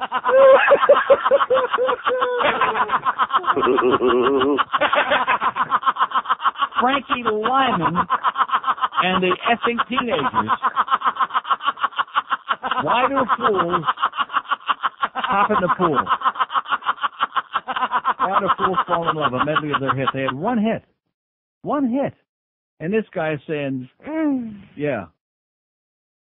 Number 9, and this is also ludicrous. And see, I like Frankie Lyman and the Teenagers. I like that record. I had the record in 1956. I went out there and bought it when I was 14 years old. But they're one of the top, they're number 8 of all time. No wonder people stop listening to music. Number 9, Four Seasons. Like the Four Seasons. I love the Four Seasons, but to say that they're one of the top 10 recording groups of all time, to me, is really pushing it, with all due respect to Frankie and the Valley. I used to like them a lot better before they recorded that stupid Joey Reynolds song, which was like 40 years ago. Is that in here, by the way? Oh, huh? No, it's not in there. I got it somewhere. And number 10, the Beach Boys. So in other words, all these other people, Supremes, Frankie Lyman and the Teenagers, the Four Seasons, they're all better than the Beach Boys, according to this musical expert, this Maven. And Aerosmith don't even make it. Doesn't even make the list. Oh, and by the way, guess who else doesn't make the list? Elton John. Now, is that debatable that Elton John is better than the Supremes? Is there any doubt about that? Or Frankie Lyman and the Teenagers? I mean, maybe he's not as butch as Frankie Lyman, but nevertheless. Oh. And not only that, he don't even have the Backstreet Boys. Here's Surfside. Hello. Hey, Neil. Yes, sir. Do you know the results are in for the 3 most terminal South Florida talk show hosts of all time? Yes. Number 3, Stanley the Leprechaun Major. Number 2, Joe Eyebrows Sakaki. And number 1, George Jorge Rodriguez. That's the Boca Brian guy. So you're just a total I asshole. already huh? yesterday. They're taking care of him. Oh, you're going to be taken care of, sir. Okay, just a matter of time. So stay close to home. They'll come and get you. They got the butterfly net guys coming to get this one. They can take him to the same place that we had that other old fart that kept calling with the death threats on everybody in the building, even people that live across the street. He was even threatening the people over at KFC next door. A lot of very sad, bizarre people out there, and we round them up. It's the roundup time at the OK Corral. 2 open lines in Broward, 1 in Dade. 567-0560, pound 560 on the AT&T wireless line. How come the guy who faxed this, by the way, doesn't have the codes to call? For obvious reasons, I think. You'd be in Paris, too. Frankie Lyman and the Teenagers, number 8, that had 1 hit. That was it was okay. I can remember it. I could sing it. Here's Miami. Hello. Doctor. Yes. Neil, congratulations, 23 and your numbers. And those great numbers. What did we learn from my doctor, by the way? Anything? No. Did we learn a thing? Did we learn a single thing? He's a great guy. I like Dr. Mark. He's a super guy, but he keeps telling me this is nothing, and you feel great. You taking vitamins? What do you mean I take vitamins all the time. Okay, then, all right. Then, like, what can I say? Meaning what about the Eagles? What happened to the Eagles? Not on the list?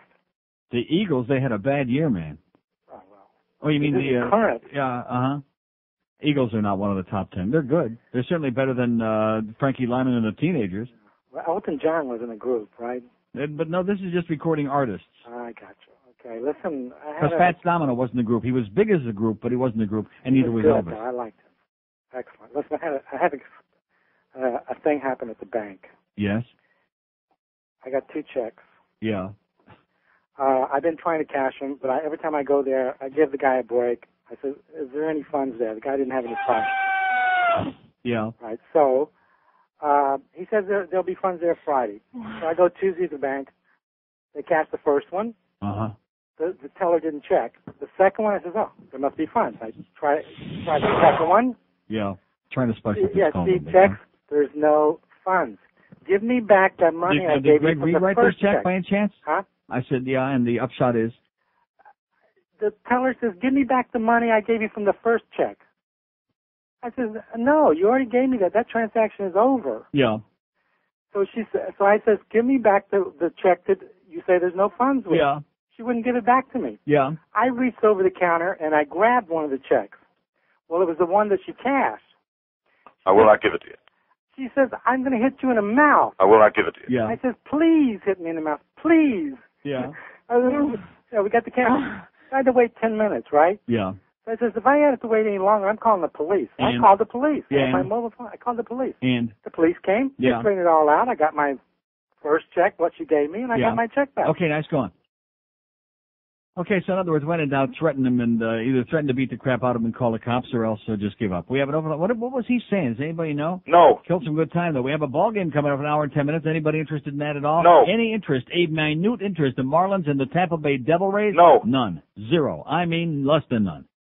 Good thing we got this good trend, a good January to build a base on for this this winter rating book, whatever they call it, winter book. Because, boy, once we get all these Marlin games, the exhibitionist games, and then the regular season games in there, screwing things up in the middle of the daytime, boy. Yeah, I guess this is just what the doctor ordered to get Hank's numbers back up where they belong. Good old Marlin exhibition game right in the middle of the day, yeah. That'll do it for you, Hank. Get you up to a 1. Funny. Where's my fruit juice?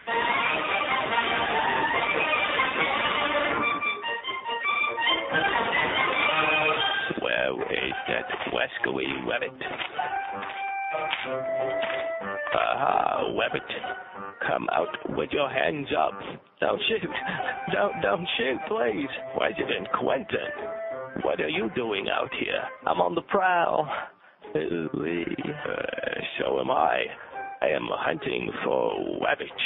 Oh, really? Well, hunting for wabbits is nice, but I'm hunting for something a little more gratifying than wabbits. More gratifying than wabbit? What's that, Mr. President? Beaver. Oh, that sounds very exciting. Beavers have such a nice pelt. Yes, they do. And a big round tail. Round ass, you gotta love that. And a voracious appetite for wood. I got enough wood in my pants to feed an army of beavers. Let's go. Do you have a rifle? Nope. All I need to get beaver is my boyish good looks and this. Oh my. That's the craziest looking rifle I ever saw. Well, it's a little crooked, but it gets the job done. I don't see how you ever shoot beaver with that thing. The key to shooting beaver is you gotta get right on top of them. Sounds whiskey. I smell beaver. What do we do now, Mr. President? Give me that breath spray. Just do what I do. Oh, baby. Oh, yeah. Oh, my. Yeah. Oh, baby. I like it rough. That was some good beaver, Elmer. Yes. Beaver is very good eating, Mr. President, and a hell of a lot less filling than wabbit.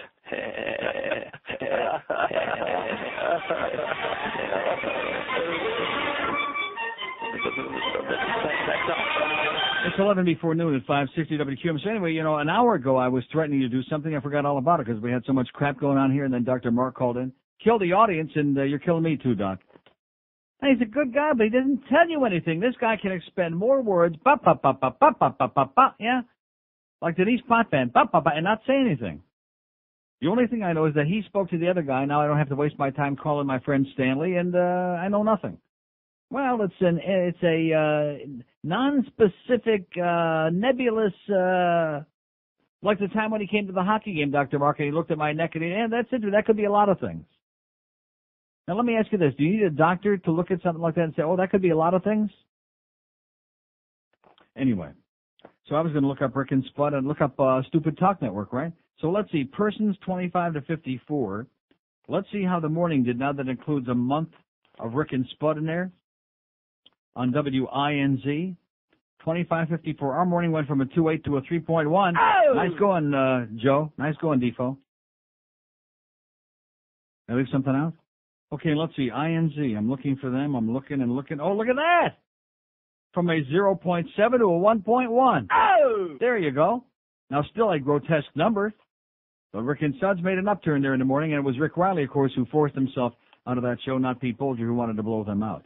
But what about the afternoon? Here comes... Gotta have a drum roll, but forget it. Yeah, give me a drum roll. Afternoon.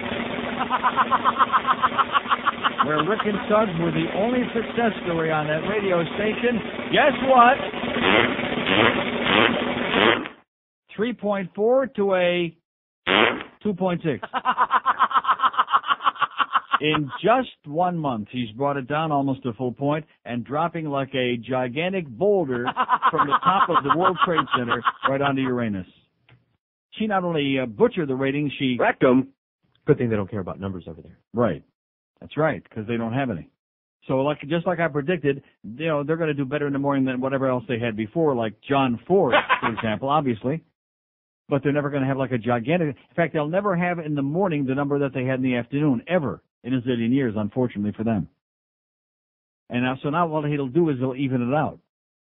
Because in the afternoon, I say like by the end, when the next trend comes out in a month, she'll have that thing under a 2. That's my best guess. Ed Kaplan's going to have the odds on that tonight, 10:30. Here's a mobile in the Gables. Hello. Yes, Neil. Yes, sir. What's wrong with watching golf? What's wrong with it? Yeah. Well, it's like asking me what's wrong with watching paint dry. I mean, if that's what you like, that's fine, but it's boring. Well, terminal. That's your opinion. I mean, No, it's coma-inducing. nice and warm, fresh air, sun. It's better than sitting in a cold thing watching somebody go run on the ice, I think. It is? I think so. It's more exciting than watching a hockey game, watching golf? Well, people watch baseball. Yeah. I mean, that's not as exciting as hockey, I agree. Right. But I You're telling me that golf is as exciting as hockey? What a joke. What a joke. Everybody has an opinion. I understand, but you really believe that, or are you just saying that to be an agent provocateur? Please tell me you don't really believe that. No, it's not as exciting. You're What an right. embarrassment. Yeah. You know, I mean, you're right, but I mean... Well, okay, well, thanks for trying. He wants to be provocative. Okay, not working. Nobody's that dumb. We have an open line at Dade 1 in Broward. 5670560, pound 560 on the AT&T wireless line. Come on, let's hear it for Frankie Lyman and the teenagers. Let's hear it. Some of you, where were they from? New York, Philly? Where were they from? Oh, that's right. Now somebody's got, okay. One moment, please. Okay. All right. Oh, here's the Drifters. How about the Drifters? I mean, the Drifters are not one of the 10 best groups of all time, but they sure as hell beat the snot out of Frankie Lyman and the teenagers. How about Peter Frampton? Huh? Not one of the top 10, but certainly better than Frankie Lyman. Hi, I love Peter Frampton. He's great. Connie Francis. Lipstick on your collar. Yeah, I mean, bubblegum, but I like Connie. Four tops. Four tops the man leaves off his list, puts in the Supremes, okay? Leaves off the Temptations. Is there any doubt the Temptations are better than the Supremes? Is there any contest? No. Plus. By the way, George had 3 different people off the air calling and taking credit for sending that fax, and I'm sure none of them were the real one. So what would this be under? Because it's not under, I guess, maybe Lyman disease? Well, we're just talking about that.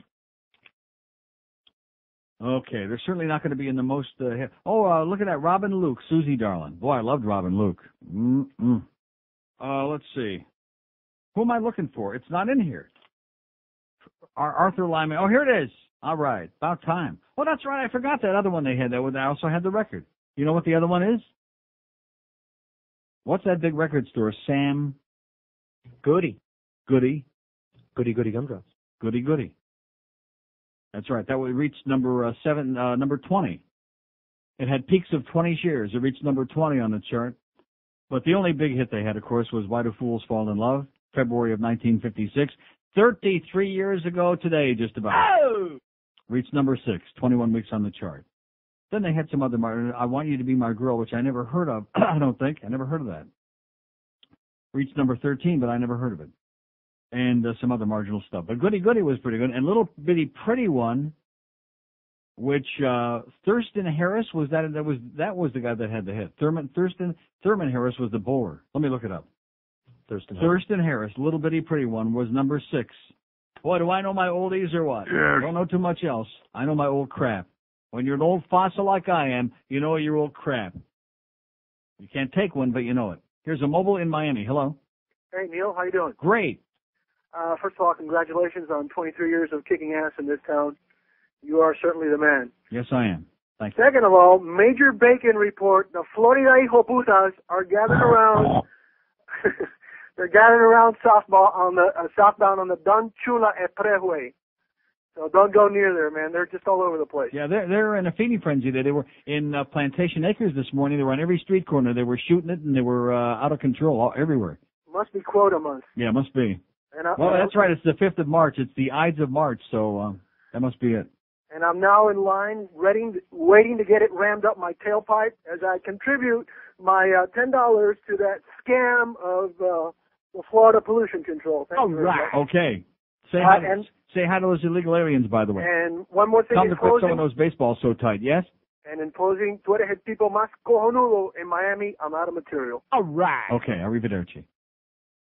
We have an open line at Dade 1 in Broward. Come on, let's hear about Frankie Lyman and the teenagers. Let's hear from the asshole that really sent this fax, okay? I can't believe that anybody. He's probably, again, just trying to be a provocateur. The Neil Rogers Show on 560 WQAM Miami, Fort Lauderdale. I have no line. Come on down to Shockbuster Video and get the shock of your life. Hi, do you have a copy of Rambo? You mean to tell me you haven't seen Rambo yet? That's 2 shots for you, you wimp. I'm sorry. I'm sorry. Check out Shockbuster's huge selection. Hey, lady, where you hiding the skin flicks, huh? Skin flicks? I'm gonna shock your fat ass. At Shockbuster, we pride ourselves on our knowledgeable staff. Excuse me, doll. Do you have any copies of Jacob's Ladder? Oh, that movie was crap. You know the main character? Well, he was dead the whole time and you didn't even know it. Oh, you just ruined it for me. I can't believe... Ow! Oh, you're crazy. Ow! And don't forget the children. We have a large selection for them, too. Jackie, don't stare at the lady, please. That's not nice. Daddy, she looks funny. Oh, am I? Come here, you little bastard. I'll take care of you. Come on. At Shockbuster, you're also guaranteed the greatest prices in town. Oh, let's see now. You had 5 movies at 4 days. Oh, that's $144, please. But I thought I got a senior citizen discount. I don't have that kind of money on me. Well, I'll tell you what. Is that your husband over there? Yes. How about if we sell his goddamn dentures, Grandma? Take that, and that, and Shockbuster Video. What a difference. 12:01 at 560 WQAM. We got the Marlins and the Tampa Bay Devil Rays, in which there is absolutely no interest whatsoever. Preseason baseball at 12:50 this hour. Less than 1 hour away. We also have lunch from Mezzanotte coming up, which we hope is very soon, by the way. We don't want to get pushy, but I hate to eat and run. You know how that is? We have an open line at Dade 1 in Broward, 5670560, pound 560 on the mobile 1 line. Here's South Beach. Hello. Yeah, Neil, the other day something happened across the street from my house. Yesterday there was some shooting or stuff, and the cops were all over my lawn and stuff, and they peeked through my window, and they saw a bong there. And they came in and they took me to jail. So they took me to jail. Good. Well, I hope they put you away for a long time. Another story guy. We have an open line in Broward 2 and Dade, 5670560 and pound 560 on the mobile 1 line. Here's Sunrise. Hello. It's my list. I can prove it to you. You got the paper in front of you? Yeah. You see the pen scratch after Domino? Right. It's this me. guy. This is the guy. Okay, It's me. excellent. That's good. All right. Well, Hey, that's good. That's I good, but also the want list to is say bad. before we get Wait, underway. let me say it again. That part is good, but the list itself is really Okay, before we get underway, we weak. can have some discussion on this. Yes, verbal intercourse. You took some pot shots at me, and you said I didn't have the onions to call you while I'm Right. sitting here. Very good. At least Excellent. give me credit for that. Yeah, I'll give you a lot of credit. I All don't give you right. any credit for the list, but I'll give you credit for that. It's a damn good As list. a matter of fact, I give you a lot of credit. Anybody that would send this list and would call, I'll give you extra credit. Well, it's amazing that two other people, I heard George during the break, 2 other people tried to take credit for this list. Yeah. It's my list. Right. It's a damn good list. Well, they're just Ojan Provocatorum Well, that's probably true, or too. Goyim. I noticed that It's at a the damn 10, good. It's a damn good list. Frankie Lyman and the Yes, teenagers sir. who had 1 hit. They did not have 1 hit. They had 1 bona fide hit. No, they didn't. They had 1 top 10 hit. No, they didn't. What was the other one? I promise to read. Just because you never heard of them, that doesn't mean that they weren't hits. I have the book right here. Okay, I listen to me. just got through listing You them ready? on the air. Are you ready? Top 10 hits, yes. I promise to remember. Number 10 hit from 56. I Want You to Be My Girl. Number 3, 1956. Wrong. The ABCs Wrong. of Love. ABCs of Love reached number 77 was the peak. Well, I Want these You are to Be- these is the R&B list. I Want You to Be My Girl reached number 13. And what was the other one? Well, I'm going by the R&B list. But forget about the R&B Well, list. that's the list I'm going That by. narrows them down into a much more narrow category. They can't be, that... Well, that Neil, back then, you know how things were, the way they listed records and stuff. If you were black, Frankie you went on Lyman and the R&B. Teenagers, you're serious, are the Yes, I 8th best recording group Yes, I in am. history? Yes, because they are. You They were pioneers in the industry. Pioneers in what? In the recording industry of early R&B and rock and roll. Frankie oh, no, Lyman. they weren't. They weren't pioneers at all. Yes, they were. Absolutely not. Yes, sir. I They hate were, to disagree they were with formed, you They because, were hey, buddy, formed I- as the... We're going to have a conversation. Yes, You're going to get hostile. well, I don't know yet. They formed as the Premiers in 1955 in the Bronx, New York. Lead singer Frankie Lyman was born September 30th, 42 in New York. Died of drug overdose on February 28th, 1968. Right. All correct. Other members included Herman Santiago and Jimmy Merchant, Joe Sherman Garn. Negroni, and Sherman Games. Group appeared in movies Rock, Rock, Rock, and Mr. Rock and Roll. Group inducted into the Rock and Roll Hall of Fame in 1993. And they started enlisting people in the, not that I believe 100% in the Rock and Roll Hall of Fame, but they started enlisting people in 86. So it only took... And you're serious that you think that Frankie Lyman and the Teenagers were better recording artists than Aerosmith, just to pick one? Yes, sir. Yes, sir. And I'll tell you something. Oh my God. You took a couple of shots at me about the Temptations. I agree with you, but I only have 10 slots. If there were 15, So they'd be in there. So how come they're not on here at all? And you got the Supremes in here. Of all the Motown groups, you got Supremes and Marvin Gaye. Supremes don't belong on the list. Yes, they do. No way. And to say that 20% of the list goes to Motown How about is the a hell Four of a Tops? testament. How about the Four Tops? The Four Tops are great. Not better than the Supremes? No, sir. Oh, No. God. You got to remember how many recording artists there are. And you're telling me that Frankie Lyman and the Teenagers are better than the Beach Boys? Yes, sir. Oh! Yes, sir. Oh, my God. I can't believe Can I it. ask you a question? Oh. Can I ask you a question? Carl, you know something? Carl Wilson is spinning in his grave I like love a the dreidel Beach Boys. right now. I love the He's Beach spinning Boys. it. I love them. But let me tell you something. What's even more ridiculous than that, and I hate to disagree with the king, Yeah. how could you figure in your mind to put Aerosmith in that top 10? Easily. No way. No contest. And I'll tell you why. And you got and Elvis, I'll you got tell you Elvis why. Presley in here? Yes, sir. I could tell you Elvis why, and you're going to get Presley? angry. Oh, my God. I'll tell you why, and you're going to get angry when I tell you about Aerosmith. I'm angry already. All right. To me, when I think of Aerosmith, I think of a group that formed in the 70s. Yeah. They had a couple of hit albums. A couple of hit albums? That's it. Toys in the Attic, a couple of hit albums. Died for 15 years and made a comeback in the early 90s. I mean, it. you really want to have this discussion? They remind me of a group like Boston or one of these kind of groups. What do I do with a book? Where's my book, George? Oh, here it is. Keeping it out handy. And I'm waiting for everybody else out there. They remind you of Boston? Yes, they're a group that had a couple of hit albums. In Boston the is like a bubblegum group. But they're the same. They're one and the same. Okay. They had Okay, a here couple we of go. hit albums in the 70s. They Yeah. were dead for 15 years, and they came back in the early 90s. Dream On, Sweet Emotion. These were 73, 75, 76. Last Child, Walk This Way, number 10 and 76. Well, let me ask you this. Yeah. Where were they in the 80s? Where were they in the 80s? I asked you first. They were all, that's right, they were all doing drugs, right. Well, where were they? But what difference does that make? Well, you're Where telling... were Frankie Lyman and the Teenagers in the 80s? Well, he's dead In the 90s. Yeah, dead. Yeah, well, so what? But you're trying to tell me that these Remember guys... Walking in the Sand, Dude Looks Like a Lady, Angel, which reached number 3 in 88, Ragdoll, Love in an Elevator, which was 89, Janie's Got a Gun, which reached number 4 in 89, What It Takes reached number 9, Living on the Edge, Crying, Amazing, Crazy, Blind Man, and then the new one from Armageddon that they got that reached number 1 in 99. Buddy, they're not top 10 material. Oh. No way. And you're trying to tell me also Peter Frampton? Peter Frampton? No, I wouldn't say top 10, but Come certainly on, man. better than some of the crap you got on this list. No way. Like, name one out of those top 10 that is less than, other than Frankie Lyman, which I hear you jumping up and down. Right. Name one of the other 9. Elvis. Get out of here. Do you understand what you're saying over the air to Of course. hundreds of thousands of people? That's right, and most of them agree if they have a brain, No, unless sir, they're not. they're these dummies that keep running to Graceland because about they're like Chicago? peanut butter and jellies. What I about love Chicago. I agree on that. And what about the Stones? You got to tell me the Stones don't belong in the top 10? Top 10, I'd give them like maybe 9 or 10. Okay, so out of the 10 that I've listed, Yeah. vehemently disagree. Elvis, the Supremes, Frankie Lyman and the Teenagers. Do you know and how Four that Seasons. ridiculous that makes you sound? No, it does not. Yes, you can eliminate Frankie Lyman and the Teenagers. Okay, Yeah. that's like borderline. Four I happen Seasons to are not feel one of the this way. top. To How could you- say the Four Seasons are better than Aerosmith is like saying that bubblegum is better than filet mignon. That's how ridiculous that is. Frankie And I Lyman- love the Four Seasons. Frankie Lyman and the Four Seasons are 60s icons. So? What are Aerosmith? But so in other words, if you're going like George likes to do by category. You're categorizing I'm just telling you. as opposed to comparing based on what the sound is, based on the sound. ability. The sound I agree with also. The Four Seasons, 100 times better than Aerosmith.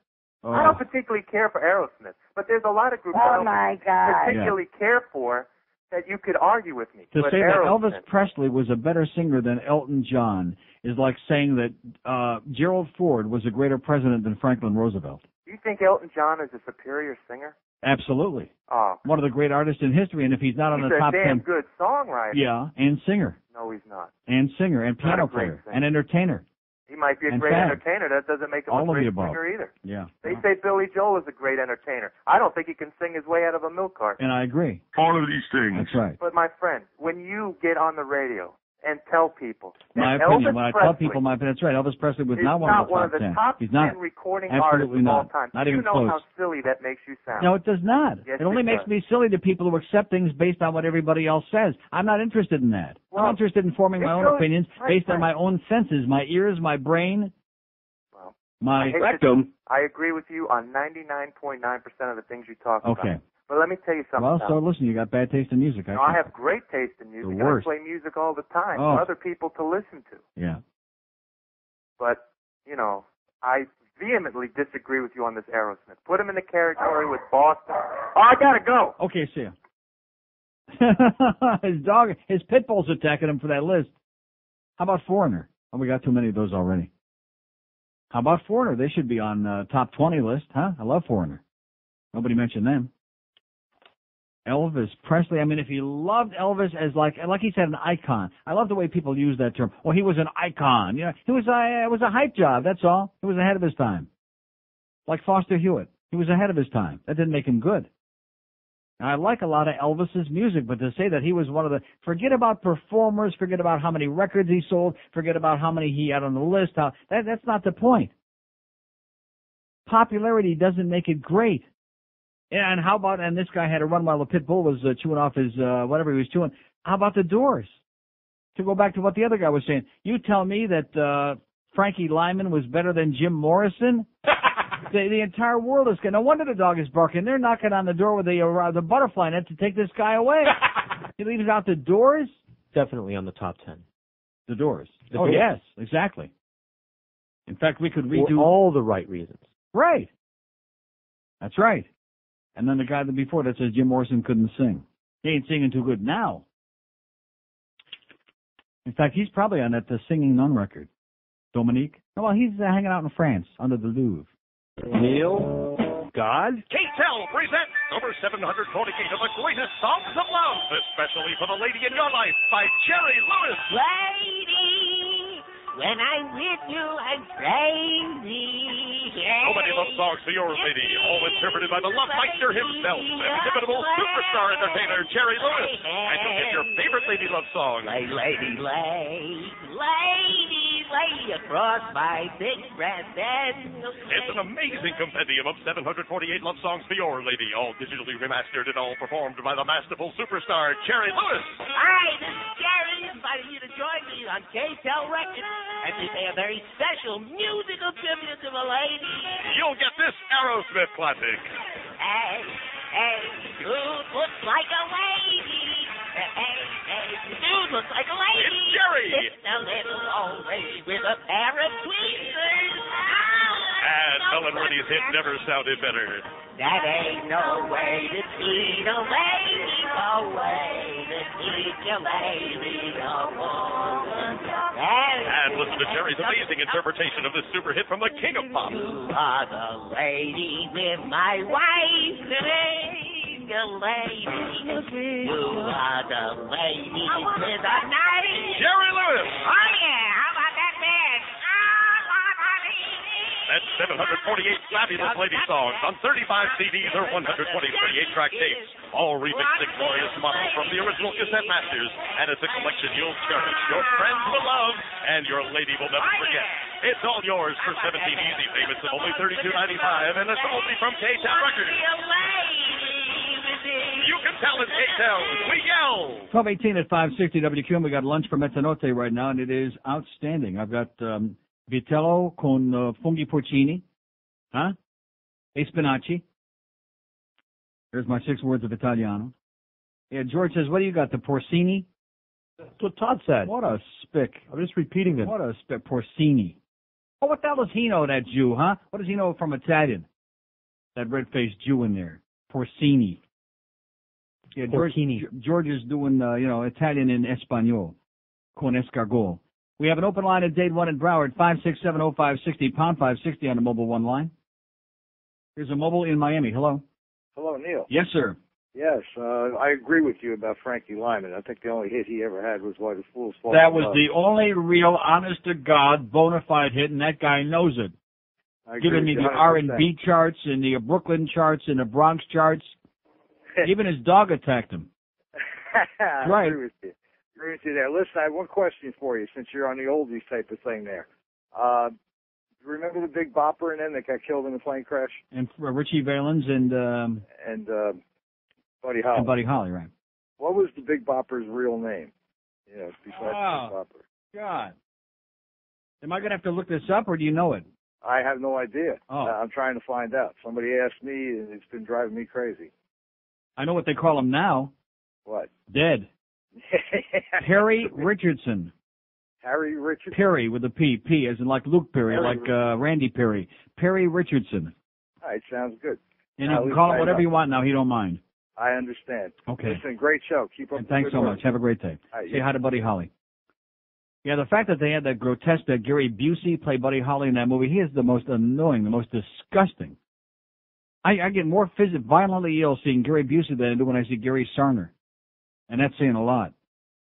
Here's a mobile in Miami Beach. Hello. Meneer Rogers, goedemiddag. Hartelijk gefeliciteerd met uw 23-jarige verjaardag. Oh, this guy's hacking a Chinik in Dutch. Hans from Holland, how are you? All right. Alsjeblieft. Guten Tag. You still want that's German. Oh, I got a piece of a veal stuck in my throat. I think I'm going to You choke on still it. want to know what? Good. You still want to know what alsjeblieft means? Yes, what is alstublieft? It means if it pleases you. It's kind of like prego. It's like a little bit like that. Yeah, they don't have that in English.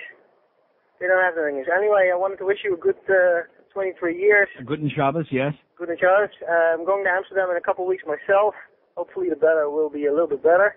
Great. And maybe you'll be there on Queen's Day. Say hi to all the queens for me. You remember that, eh? Yes, sir. That's the best day in Holland. You should go one year. Okay. The most fun in Amsterdam. All right. Anyway, Uncle Neil, keep him in the middle. I'll see you on the dam rack. Okay, hasta la vista, baby. I'll see you at McDonald's. Bye. By the way, you know the Dutch eat what they put on their fries, George? We have two open lines in Dade 1 in Broward, 5670560 and pound 560 on the Mobile 1 line. Here's a mobile in North Miami Beach. Hello. Hey, how you doing, Neil? Great. Happy Purim. And back to you. Is it still Purim, or I thought it was only a one-day deal? I don't know. I still haven't got around to making the Hamantash, though. Hey, let me ask you something, since you're talking about music. In your early days, like in the 70s, did you ever spin music? Mm-hmm. Oh, you did? Oh, for years, yeah. So, I mean, Aerosmith, there's a lot better bands than Aerosmith, you know, like from the 70s, like Little Feat. Oh, Little. Yeah, in the middle of my lunch, you're telling me Little Feet? In the middle of my lunch? Jesus Christ. Lowell George was great. Little Great Feet. You must have been talking to Pete Bolger, Little Feet. And if you're on that subject, I mean, even jam bands, like, I know there's a new subject like hip-hop. Yeah. Now there's something called jam bands. Mm-hmm. That, you know, that take Jam music. Well, it's from the Grateful Dead era, you know, when they take one Oh, song. yeah, the great. This guy's got Little Feet and the Grateful Dead. You really got it down to a science, man.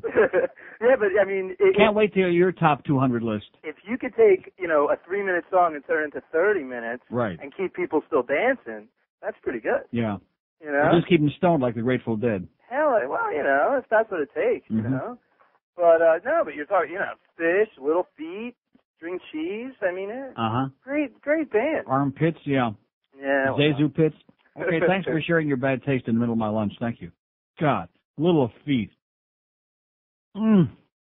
This is probably one of the guys that went over to Gulfstream to see the Old River Band. One of the 6 people that went over there to see that stale, dead act that wasn't good in the beginning. We have day lines open, 5670560 and pound 560 on a Mobile 1 line. Like I said, to each its own. The fact is, you know, a lot of you have very bad taste, and we can understand that. We sympathize. You live here. Here's a Mobile in Miami. Hello. Nels, Yes, sir? that 9:50 to 10 a.m. is killing me. Defoe's got to go. Meaning what? That 1930s vaudeville cornball shit's Okay, well, call him up and tell him. Here's a Mobile in Tavernier. Hello. Neil, good afternoon. Yes, sir. Good evening. How you doing? Back in the 60s, I used to produce records and concerts and all that stuff, and there were a lot of good bands. It was all a matter of taste.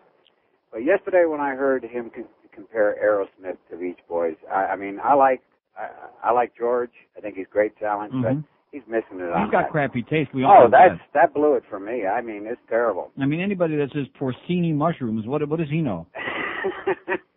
But bottom line is, there was a lot of groups, and I remember we used to produce a lot of records. And there's a commercial record right now at the one group, Looking Glass. They never did anything. I was in the studio when we made that. I was with the company that made it, and these guys sucked. But You mean Brandy? Brandy, yeah. These guys, it was That was a medley of their smash. But that was it. They came up from Electric Ladyland and said, listen, because we subsidize you, you got to produce this record, and these guys didn't want to do it. They were one of these rock and roll bands. That was it. The one I'll shot. tell you one thing, they were, I'd say, right in there with Frankie Lyman and the Teenagers. Oh, I'll tell you something. There was a lot of them, but bottom line is, when you talk about good and bad, it's a matter of taste. But I saw so many talented studio musicians and singers and stuff that never got a break. It's just a matter of taste. But some of the crap that there's a lot of people commenting on this that have never even heard a lot of these people before. Right. And there was a lot of talent out there. But the Beach Boys, never. I mean, on their best day, me personally, it make me puke. Really? Yeah, I mean, I just couldn't handle it. Now you're getting carried away. Well, I mean, no. You're out of control, man. No. Over the edge. But Aerosmith, Yeah. Aerosmith, I mean, just look at the longevity. They're doing something right. You mean you don't like this song, I Can Hear Music? Well, the music's all right. I can listen to it, but What are you trying to say? That they hit a lot of sour notes? Is that what you're trying to say? They were off key most of the time in their concerts, and that Brian Wilson was stoned out of his mind and couldn't hit a right note if you held a gun to his head? Is that what you're trying to say? It was like the Beatles having. Hey, listen, if you think that's bad, wait till all these suckers go to the Stones concerts tonight and discover that Mick Jagger hasn't hit a true note in 15 years. None of them have. He's got half his tongue missing. Steve Tyler does. Well, Luis Miguel does. See, when you go to see a performer live, okay, and you take all of that studio enhancement away and all the opportunity to do 100 the AR takes, guy away and you from stick him right out there live, then you find out if somebody can sing or not. They can't do it. There's a lot of very popular. And how groups. come we left Helen Reddy off this list too, by the way? Yeah, there's a lot of popular. Yeah. There's a lot of popular groups. If they never perform live because they couldn't take it away. They couldn't do it without the studio enhancement. Right. That's bottom line. But how come we left Buddy Holly off the list? Well, yeah, he's good. He's pretty good. He was really good. But he's not. Doesn't hurt his feelings. And you got to remember, these guys were popular back in the days of mono AM radio. Mono a mono. That's right. You know. Well, anyway, have a good day. Okay. And bye. And arrivederci Roma. Okay. Deaf old fossil. What is it? He was a deaf old fossil. He's ripping the Beach Boys. I thought that was really. I'm playing this, and he's ripping. And Carl Wilson, I'm going to tell you, is going to come back from the dead just to show him a thing or two. God, how could anybody say these things, huh? Because he's stuck in your ass. He wasn't agreeing with everything I said. He said some ridiculous things.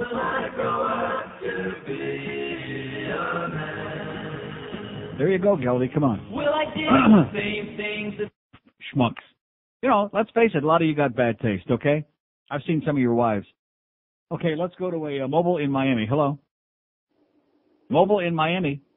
Hey, Neil. Yes, sir. First time, long time, young man. All right. I just want to give you a call and say I'm leaving the lovely city of Miami, born and raised, heading up to lovely North Carolina. And I'm going to miss you, kid. North Carolina? Yeah, North Carolina. I'm not real happy about it either. Land of the Hicks. Mm-hmm. But want to say... Hicks and Fix, that's what George says. What he He's said. about right. What's that? That's what he says. That's what he says. Can I call a friend of mine a douchebag? Huh? Can I call a friend of mine a douchebag for the ahead. first and last time? Yeah. Hey, Frankie, you are a hospital supply selling douchebag. Okay, good luck to you, pal. Thanks, Neil. You'll need it big time. They don't like your kind up there. In fact, they don't like any kind up in North Carolina. When they find out that George is hanging out up there every now and then, well, no. That's when the old is really going to hit the fan. I have him over for ropa vieja all the time. I'll bet. By the way, next time you run into the Arepa Queen, say hi. Here's a mobile in West Palm Beach. Hello. Hey, Neil, how you doing? Okay, sir. How about Fleetwood Mac? Oh, no. Yes. No. Oh, all right. Well, we'll get off that. How about Fleetwood Mac for what?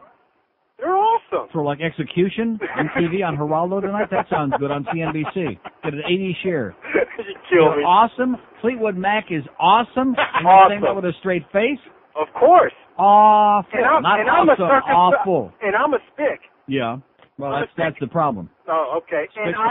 What do you know from music? You're still singing La Cucaracha. That's your thing. Carmen Miranda, Desi Arnaz. Celia Cruz. Uh-huh. Hey, and you probably like Celine Dion, too, no doubt. No. Oh! No way. Negative. Well, now you're making a comeback.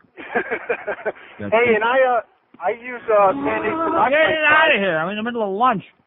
Mayonnaise for French fries. Awesome. Yeah. That's a good deal. Say hi to John Revolta while you're at it. Get out of here.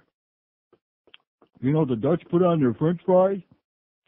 See, that's another thing, talking about taste. If you thought that was a real movie, if you really thought that was an entertaining movie, again, Dr. Mark promises that we got the guy with the butterfly net is going to come in on Monday and help a lot of you folks out.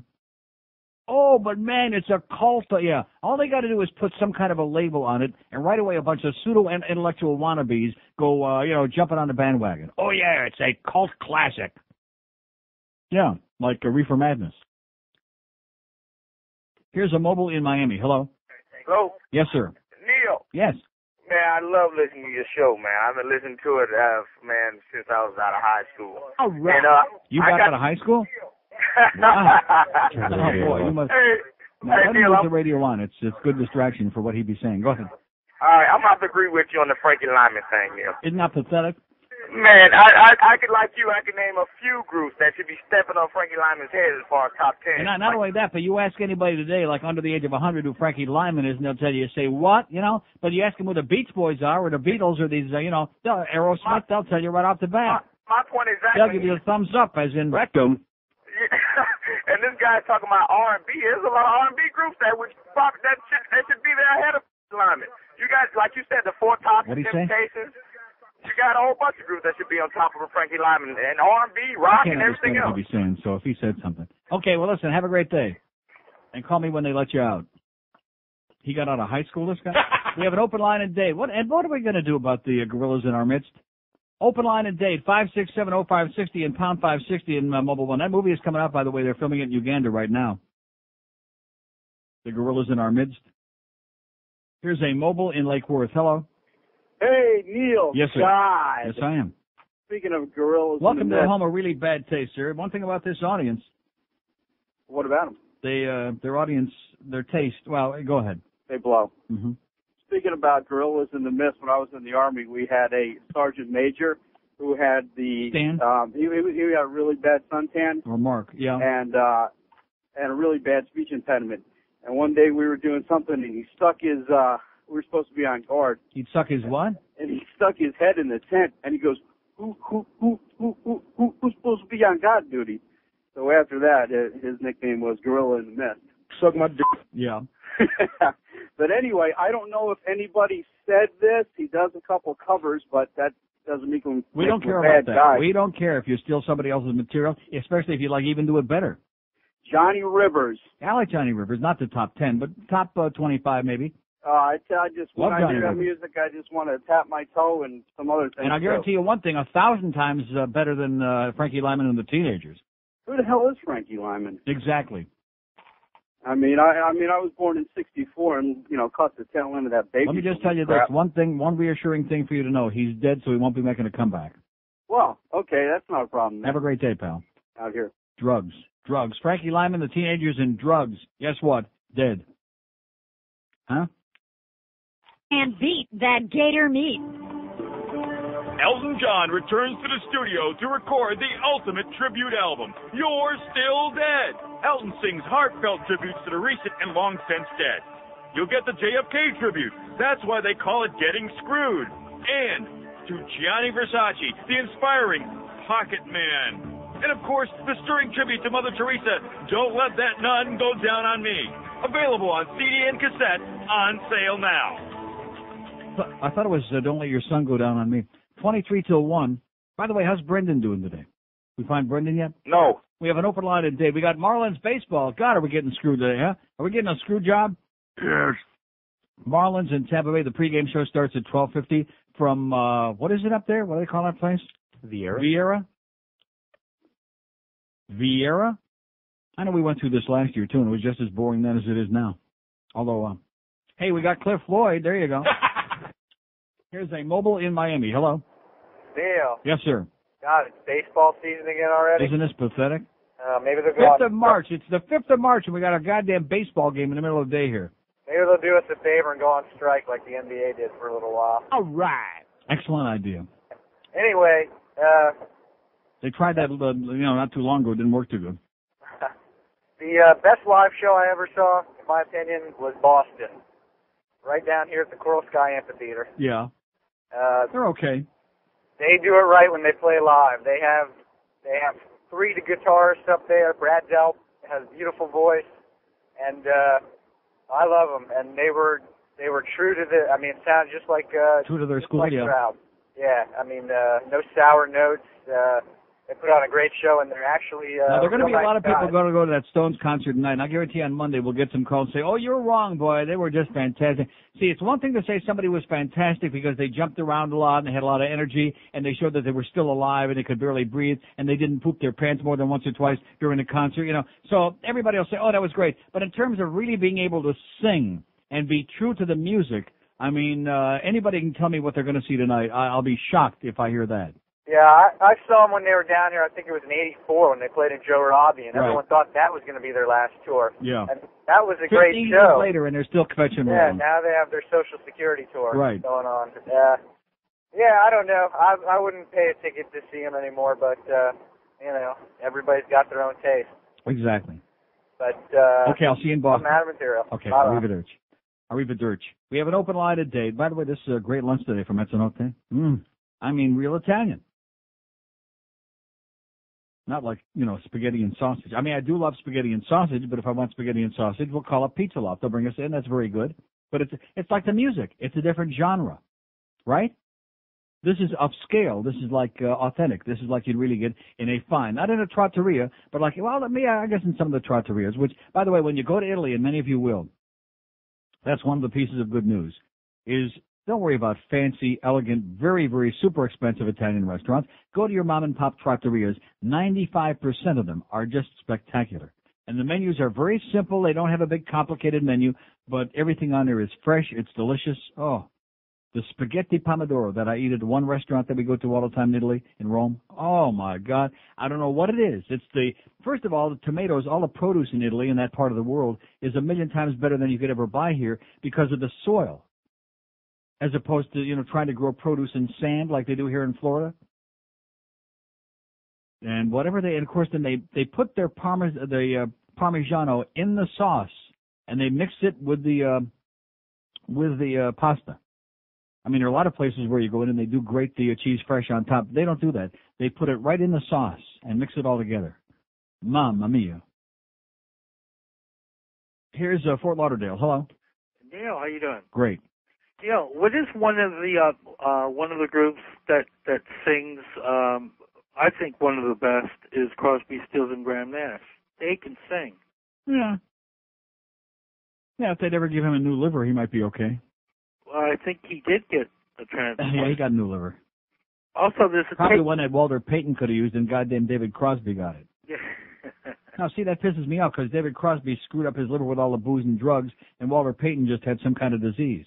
Wow. I say let's take David Crosby's liver and give it to Walter Payton. There you go. That's our poll question for Monday. Right? Yeah. Yeah. There's also a tape floating around of Monica Sings. Yeah. Have you heard about that?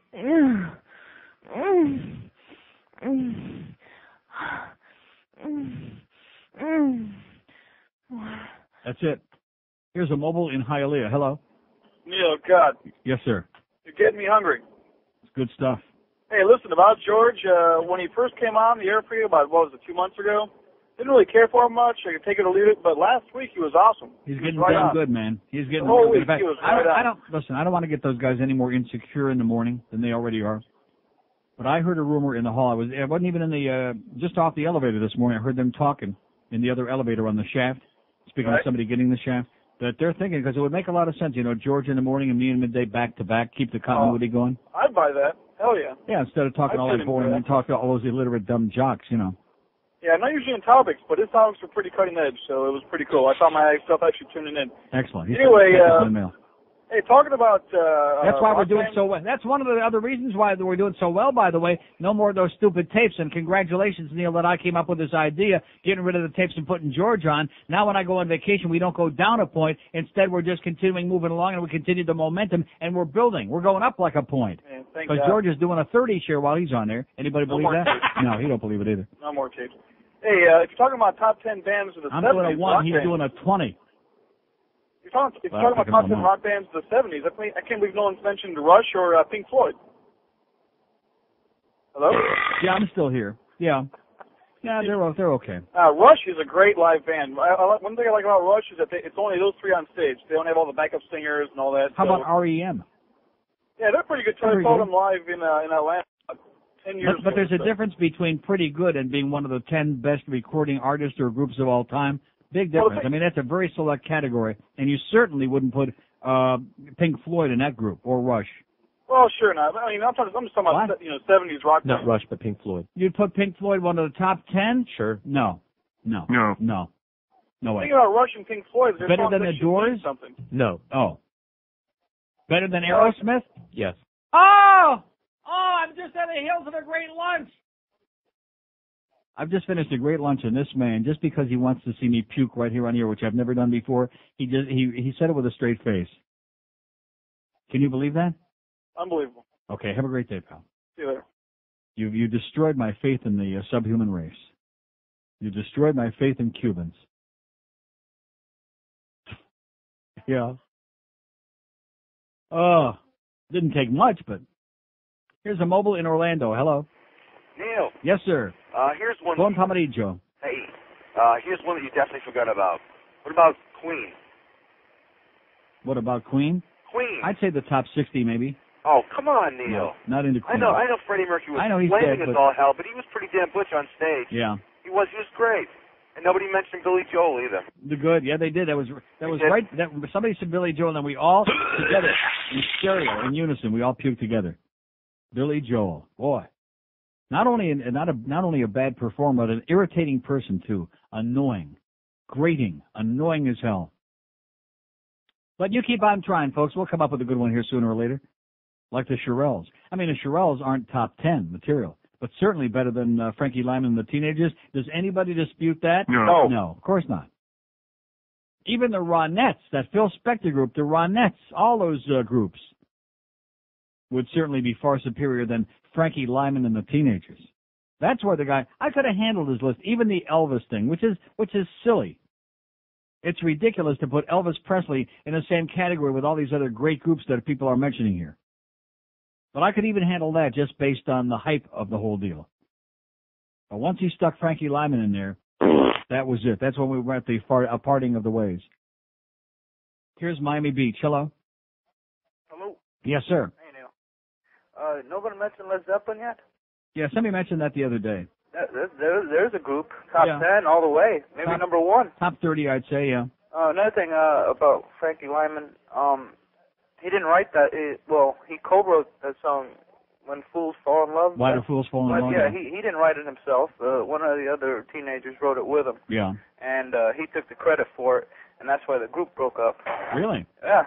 Well, I guess he got his. Well, what happened was that the manager of the group put his name on it, and it was on the little record, and instead of saying Frankie Lyman and the Teenagers, it just said Frankie Lyman, and that was the end of the group. Nice. And then he got to heroin, and then overdosed and died. There you go. I tell you, that ego will get to you every time, man. And anybody who I tried telling that to Steve Kane years ago. Look where he is now. And anybody who thinks the Beach Boys are better than Aerosmith or any other group got to go get their head checked. Okay. George, you're an idiot. Okay, George says thank you so much. Up yours too.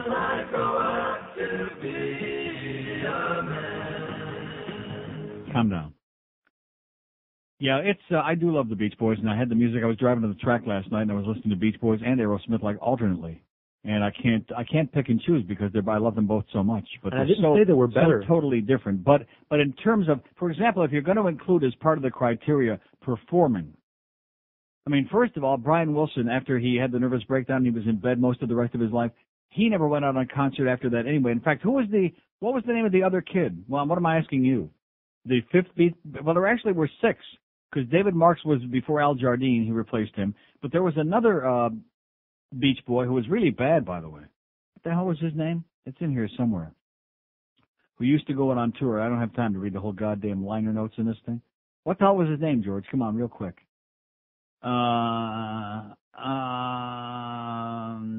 Can't find it.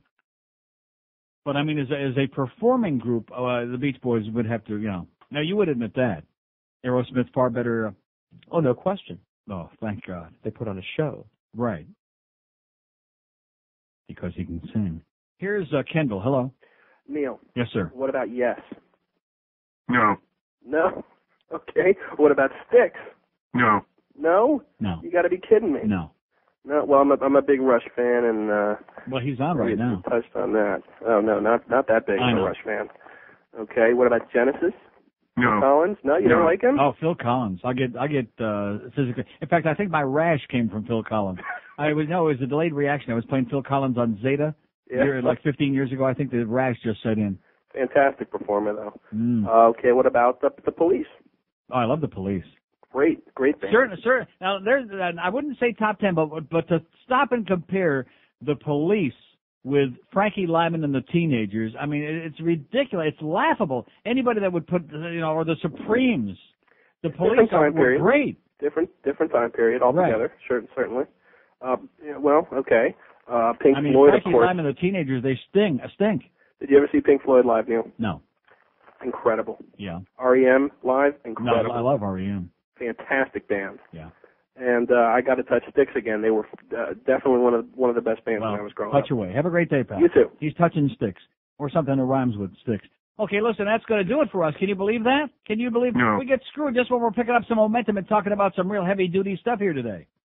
And you want to know why we got to get out of here? Because we got an exhibition baseball game coming up, baby. That's right. Marlins in Tampa Bay at Vieira, whatever the hell that damn place is up there, with Joe Angel and Dave O'Brien. You get on the edge of your seats. The Neil Rogers Show.